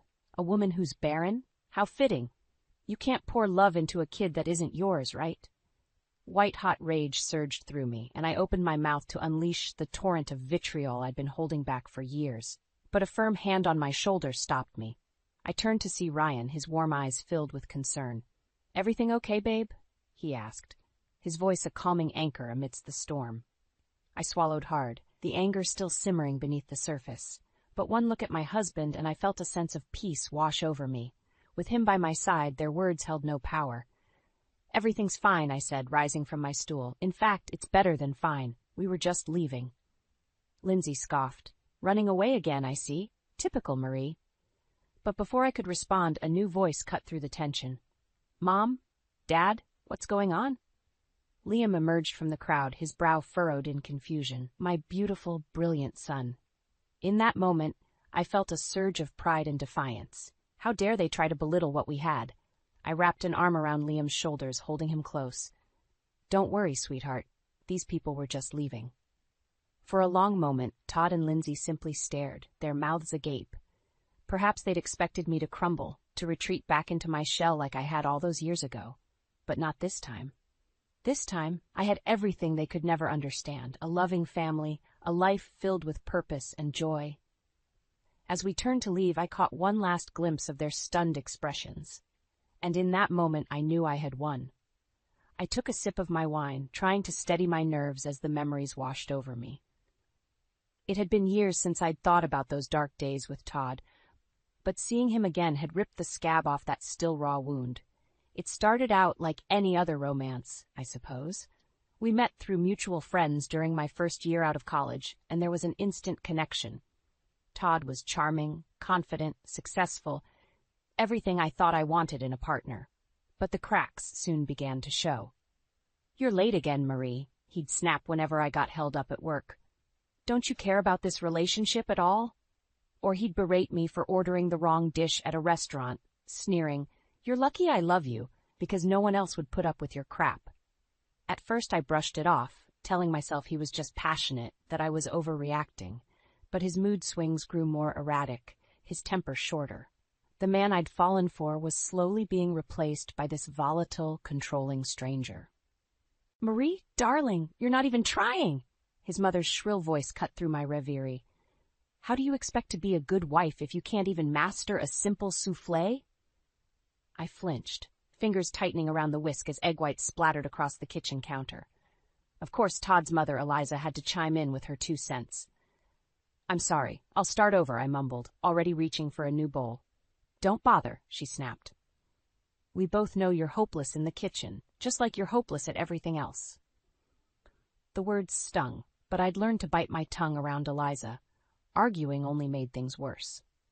A few nights later, I arrived home late from another hellish cooking lesson to find Todd lounging on the couch, beer in hand. He didn't even glance up as I walked in. "Hey, babe, you'll never guess who I ran into today?" he began, a sly grin spreading across his face. "Lindsay. You remember her, right? My buddy from the office?" A knot formed in the pit of my stomach. Of course I remembered Lindsay, my supposed friend who'd been not so subtly flirting with Todd for months. "She was telling me about this amazing new Thai place downtown," Todd continued, oblivious to my discomfort. "We should totally check it out sometime, the 3 of us." I opened my mouth to protest, but the words died on my tongue. What was the point? He'd only accuse me of being jealous and irrational again. So I simply nodded, pastering on a fake smile as I felt my world crumbling around me. Little did I know, that was only the beginning. I drained the last sip of wine, letting the bitter taste linger on my tongue for a moment before setting the glass aside. Those memories were like a weight pressing down on my chest, but I couldn't dwell on the past anymore. Not when my present was so incredibly full. A warm smile spread across my face as I glanced around our cozy living room, the framed photos covering the walls, each one capturing a precious moment frozen in time. Ryan and I on our wedding day, beaming at each other like lovesick fools. Liam's first day of kindergarten, that adorable gap-toothed grin as he clutched his Superman lunchbox. So much had changed since those dark days with Todd. It still amazed me sometimes how far I'd come. I met Ryan at a tech conference in San Francisco, if you can believe it. I'd been giving a presentation on mobile marketing strategies, but my mind was a million miles away, still reeling from the implosion of my engagement. As everyone filtered out after the talk, I remained glued to my seat, staring blankly at my notes. "You know, that was a pretty impressive presentation." I startled at the unexpected voice, glancing up to see a tall, lanky man with messy chestnut curls and a lopsided grin. Even disheveled in a rumpled button-down, there was an undeniable warmth about him that drew me in instantly. "Oh, thanks," I stammered, heat creeping into my cheeks. "Ryan." He stuck out a calloused hand. "I'm the CTO over at AppCorp. Well, one of them anyway." Just like that, we were off and running, conversation flowing easily between us. Before I knew it, the conference hall was nearly empty, and the custodians were giving us the evil eye. We continued seeing each other after that, grabbing drinks or dinner whenever our schedules allowed. With Ryan, it was different, refreshingly different. He never made me feel inferior or inadequate. If anything, he seemed in awe of me, constantly praising my intelligence and ambition. "You're one of the most driven women I've ever met," he'd murmur, planting a soft kiss on my forehead. "Don't ever let anyone dull your shine, okay?" We made our relationship official after just a few months of dating. Then, shortly after, Ryan dropped a bombshell. He wanted to look into adoption. Having kids had never really been a priority for me, not after the disaster with Todd. But one look into Ryan's hopeful eyes and I knew I couldn't say no. The moment they placed baby Liam in my arms, all the old fears and doubts melted away. This tiny human was mine to love and cherish. Biology be damned. I stroked his downy tufts of hair, marveling at how perfectly he fit against my chest, and in that instant I understood what Ryan had seen in me all along. Over the years, our little family only grew stronger. Ryan and I still bickered over silly things, of course, but never with the toxic vitriol that had poisoned my relationship with Todd. And Liam, well, that kid could brighten even the dreariest of days. Watching him grow into a whip-smart, hilarious, all-around amazing young man was the greatest privilege of my life. For the first time in what felt like forever, I was truly, utterly happy. My past with Todd and Lindsay was finally behind me, or so I thought. "Mom, I'm heading out," Liam called from the front hallway. I glanced up from the sinkful of dishes to see him shrugging on his jacket. "Where are you off to?" I asked, drying my hands on a towel. He rolled his eyes good-naturedly. "The mall, remember? Aiden and I are meeting up to work on that app we've been coding." Right, of course. Ever since Liam had discovered his knack for programming a few years back, he and his best friend Aiden were practically inseparable, always tinkering away on some new project. "Well, don't work too hard," I teased, ruffling his shaggy brown hair. "Try to have a little fun too, okay?" Yeah, he mumbled, cheeks flushing as he batted my hand away. But I could see the hint of a smile playing at the corners of his mouth. I watched fondly as he hurried out the door. My baby boy, growing up into such an impressive young man right before my eyes. Ryan and I couldn't have been prouder of him if we tried. Speaking of Ryan, I heard the distant click of the garage door opening, followed by the familiar rumble of his car pulling into the driveway. A few moments later, he appeared in the kitchen doorway, briefcase in hand. "Hey, honey, I'm home," he announced with a weary smile. "Long day?" I crossed the room to greet him with a peck on the cheek. "You have no idea." He set his briefcase down with a heavy thud. "I swear, some of the idiots they hire over in product management wouldn't know good code if it hit them over the head." I skecked sympathetically, guiding him over to the kitchen table. "Well, you just relax for a bit. I'll grab you a beer." As I retrieved a cold bottle from the fridge, Ryan loosened his tie and let out a contented sigh. "You're the best wife a guy could ask for, you know that?" I felt my cheeks warm at the compliment, the same fluttery feeling blossoming in my chest that I'd felt all those years ago when we first met. Silly how even after over a decade of marriage, he could still make me swoon like a love-struck teenager. We spent the rest of the evening enjoying our usual weekend routine, watching terrible reality shows, ordering in greasy pizza, doing absolutely nothing of consequence, just being together the way it was meant to be. The next morning, I convinced Ryan to brave the Sunday mall crowds with me in pursuit of a new couch for the living room. "Ours is practically fossilized," I joked, dodging the crumbs and stray Cheeto dust littering the worn plaid upholstery. We wandered from store to store, bickering good-naturedly over fabric swatches and styles, until my stomach began rudely reminding me that I'd skipped breakfast. "Come on, let's grab a snack break over in the food court," Ryan suggested, already leading the way. I rolled my eyes but followed willingly. That's when I spotted them, like a punch to the gut, knocking the wind clear out of me. Todd and Lindsay, standing dead ahead. For a fraction of a second, I thought maybe I was imagining things, some sort of terrible waking nightmare. But no, there they were in the flesh, as smug and hateful as ever. Before I could process what was happening, they were making a beeline straight for us. My heart kicked into overdrive, palms slick with cold sweat. No, not again. I refused to be their victim a second time. Todd's cocky grin widened as he swaggered up to us, Lindsay hot on his heels. Well, if it isn't Marie and her little house husband," he sneered, giving Ryan an obvious once-over. I felt Ryan tense beside me, but he remained silent, jaw clenched tight. "Imagine running into you two losers here," Lindsay chimed in, her shrill voice like nails on a chalkboard. "Doing a little shopping for a new apartment, I assume? Must be getting cramped in that shoebox you call a home." The acid remarks hit their mark, a familiar sense of shame and inadequacy bubbling up inside me. All those years of being belittled and berated came rushing back in an instant. But this time, something was different. This time, I had Ryan. I opened my mouth to fire back a scathing retort, but Ryan beat me to it. "Actually, we're just browsing for new furniture," he said coolly, emanating a quiet confidence that seemed to throw Todd for a loop. "You know how it is. The more money you make, the more stuff you need to fill your home with." A flicker of uncertainty crossed Todd's face before the bravado returned full force. "Yeah, like some washed-up software engineers really raking it in," he scoffed. Oops, someone hadn't done their homework. I had to bite back a smirk as realization slowly dawned on Lindsay's face. "Wait, Ryan? As in Ryan Johnson? From AppCorp?"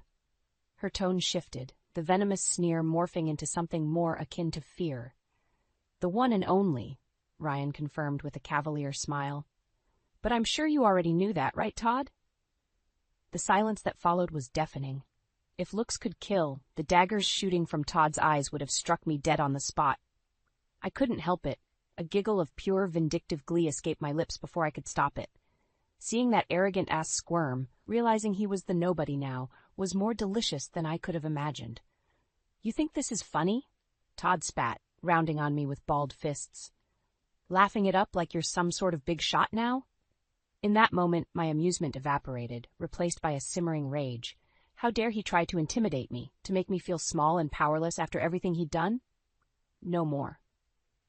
I was through being a victim. "That's enough," I snapped, squaring my shoulders and staring him dead in the eye. Never again would I let this pathetic bully make me question my worth. "We're not the ones who need to be laughed at," I continued, voice steady and firm. "Look at you two. Still acting like petty, insecure children after all these years. It's sad, really." Out of the corner of my eye, I saw a small crowd starting to form, with people not so subtly pulling out their phones to record the confrontation. Good. Let the whole world see how the mighty Todd had fallen. "Meanwhile, I've built an incredible life for myself," I pressed on, unable to resist twisting the knife. "A career I'm passionate about, an amazing husband who respects and supports me, and a son who makes me prouder every single day." I paused, letting the weight of those final words sink in as I watched the blood drain from their smug faces. Todd opened his mouth, no doubt to hurl another pathetic insult my way, but I didn't give him the chance. "Don't ever come near me or my family again," I said, low and even, "or I'll make sure everyone knows exactly the kind of sad, miserable people you really are." With that, I turned on my heel and strode away, head held high, leaving them to stew in their own bitter misery. Ryan fell into step beside me, his warm hand finding mine and giving it a proud squeeze. For so long, I'd been shackled by the fear and shame they'd burdened me with.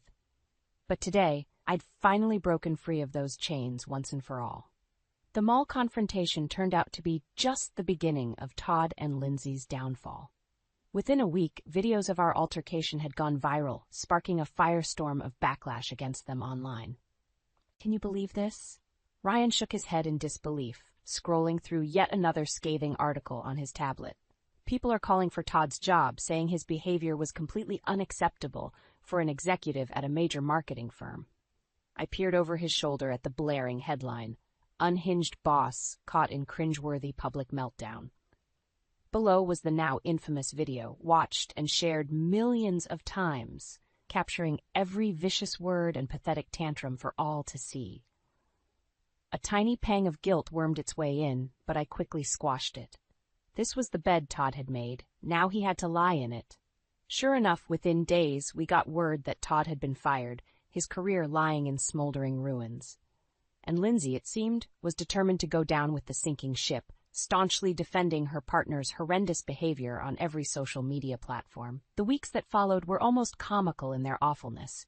With no income and their reputations utterly destroyed, it wasn't long before the luxury condo and designer wardrobe were gone too. Every time I checked the news, there seemed to be another story about the dramatic implosion of their formerly glamorous lives.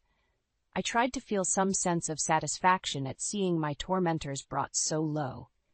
But truthfully, watching two grown adults crumble into such pathetic, sniveling shells just made me feel sad, and more than a little uncomfortable. Their final indignity came about a month after the initial incident, when a wild-eyed Lindsay showed up unannounced at my office's front desk demanding to see me.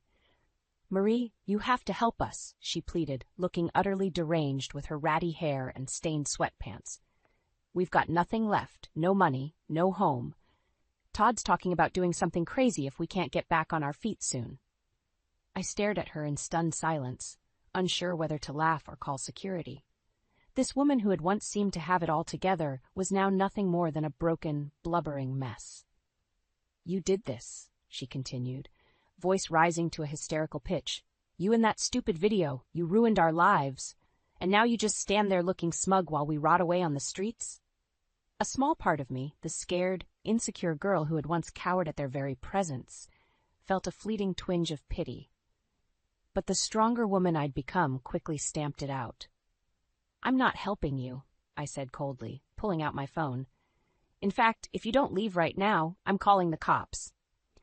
Her face contorted in rage, and she opened her mouth to unleash another unhinged tirade. But with a few deft taps, I had pulled up the video from the mall, that haunting audio of their vicious insults filling the room. Lindsay froze, eyes widening in horror as the reality of her situation crashing down.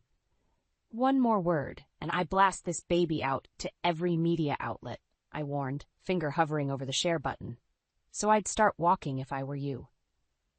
For a moment, it looked like she might actually lunge at me in a fit of desperation, but then her shoulders slumped in defeat, and she simply turned and trudged away, just another broken soul left in my wake. It was finally over. I had won, or so I thought. As the weeks passed, Todd and Lindsay's pathetic pleas for help didn't let up. My phone was bombarded with increasingly frantic texts and voicemails, begging me to take pity on them before things spiraled even further out of control. "Marie, please, I'm desperate here." Todd's gruff voice crackled over the latest message. "I'll do anything, anything at all. Just help me get back on my feet so I can start over." I snorted derisively as I deleted it without a second thought. Fat chance of that happening after the stunt he pulled at my office. But cruel as it may sound, a small part of me relished watching their self-destruction play out. Every gnawing text, every groveling call, it all reinforced just how far the once smug, superior Todd had fallen. Until one day, an unexpected visitor showed up on my doorstep, snapping me back to reality in a chilling way. It was a dreary Saturday afternoon, and Liam had gone to a coding camp on campus for the day. Ryan and I were just settling in for a lazy Netflix binge when the harsh rattle of the doorbell shattered the peaceful quiet. I frowned, glancing at Ryan, who simply shrugged. We weren't expecting anyone. Cautiously, I made my way over and peered through the peephole, and immediately regretted it. There on my front porch stood Todd and Lindsay, looking more ragged and hopeless than I could have ever imagined. Lindsay's eyes were sunken and hollow, her greasy hair hanging in matted tangles. And Todd, his gaunt, sallow face and overgrown stubble made him practically unrecognizable. "What do you want?" I snapped, squaring my shoulders as I cracked open the door a few inches, the chain lock still engaged. "Please," Todd croaked, voice little more than a broken rasp. "You have to help us." "We're destitute, Marie," Lindsay added with a haunted look. "Homeless, penniless, living on the damn streets like animals." I bit back the acidic retort that immediately sprang to mind. Getting ensnared in their toxic sludge of self-pity was the last thing I wanted. But still, the sight of two grown adults hitting literal rock bottom, well, it was hard to witness, even for my worst enemies. "Look," I said, careful to keep my tone detached and even. "I'm sorry you've fallen on such hard times. But what did you honestly expect after that disgusting display at the mall? Those were the consequences of your own reprehensible actions." Todd opened his mouth, no doubt to try and appeal to whatever tattered shred of sympathy I might possess, but I didn't give him the chance. "And don't bother with the sad puppy dog act," I continued, unable to resist twisting the knife.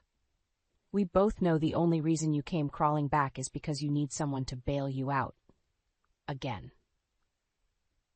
The slump of his shoulders, the glassy look in Lindsay's eyes told me I'd struck a nerve. Good. Maybe a cold, hard dose of reality was what they needed to snap out of their toxic cycle. "I'll help you find a decent homeless shelter, get you set up with job counseling resources, that kind of thing," I offered, knowing full well they'd refuse. "But that's as far as I'm willing to go, because frankly, you don't deserve a damn thing from me." Todd recoiled like I'd slapped him across the face, anger flaring in his sunken eyes, but Lindsay simply pulled him away with a defeated nod. As they retreated from my porch, I felt an unexpected pang of sadness for the broken strangers they had become, but it was quickly overshadowed by a fierce sense of vindication. Not so long ago, they had taken such glee in trying to break me, to strip me of every ounce of dignity and self-worth, and now the tables had turned in the most brutal of ways. This was justice, pure and simple. This was my long-awaited revenge, finally complete. The weeks after Todd and Lindsay's pathetic porch visit were some of the most peaceful of my life. No more unhinged voicemails or deranged text tirades, just blessed silence. They had finally gotten the message and slunk away to whatever rock they had crawled out from under. Not that I spent too much time dwelling on their misfortunes. I was too busy basking in the warm glow of my own blessings. Like watching Liam receive his admissions letter to MIT, that elated grin stretching from ear to ear as he clutched the life-changing envelope. All the endless hours of coding and tinkering, the sleepless nights spent obsessively debugging apps and programs, it had all paid off in the biggest way possible. "I got in! Can you believe it?" he shouted, pulling me into a fierce bear hug that damn near cracked my ribs. In that moment, I was happier for him than I could ever put into words. Ryan and I threw him a raucous celebratory dinner, inviting over his girlfriend Jess and her parents, along with Ryan's mom and dad. An exhilarating buzz of joy and pride seemed to crackle through the air as we all drank too much wine and recounted embarrassing childhood stories, reveling in Liam's monumental achievement. While he blushed furiously at my recollections of just how obsessed he was with building Legos as a kid, Ryan's mom leaned over and gave my hand a fond squeeze. "You've raised one hell of a fine young man, Marie," she said with a watery smile. "We're all so proud of him, and of you."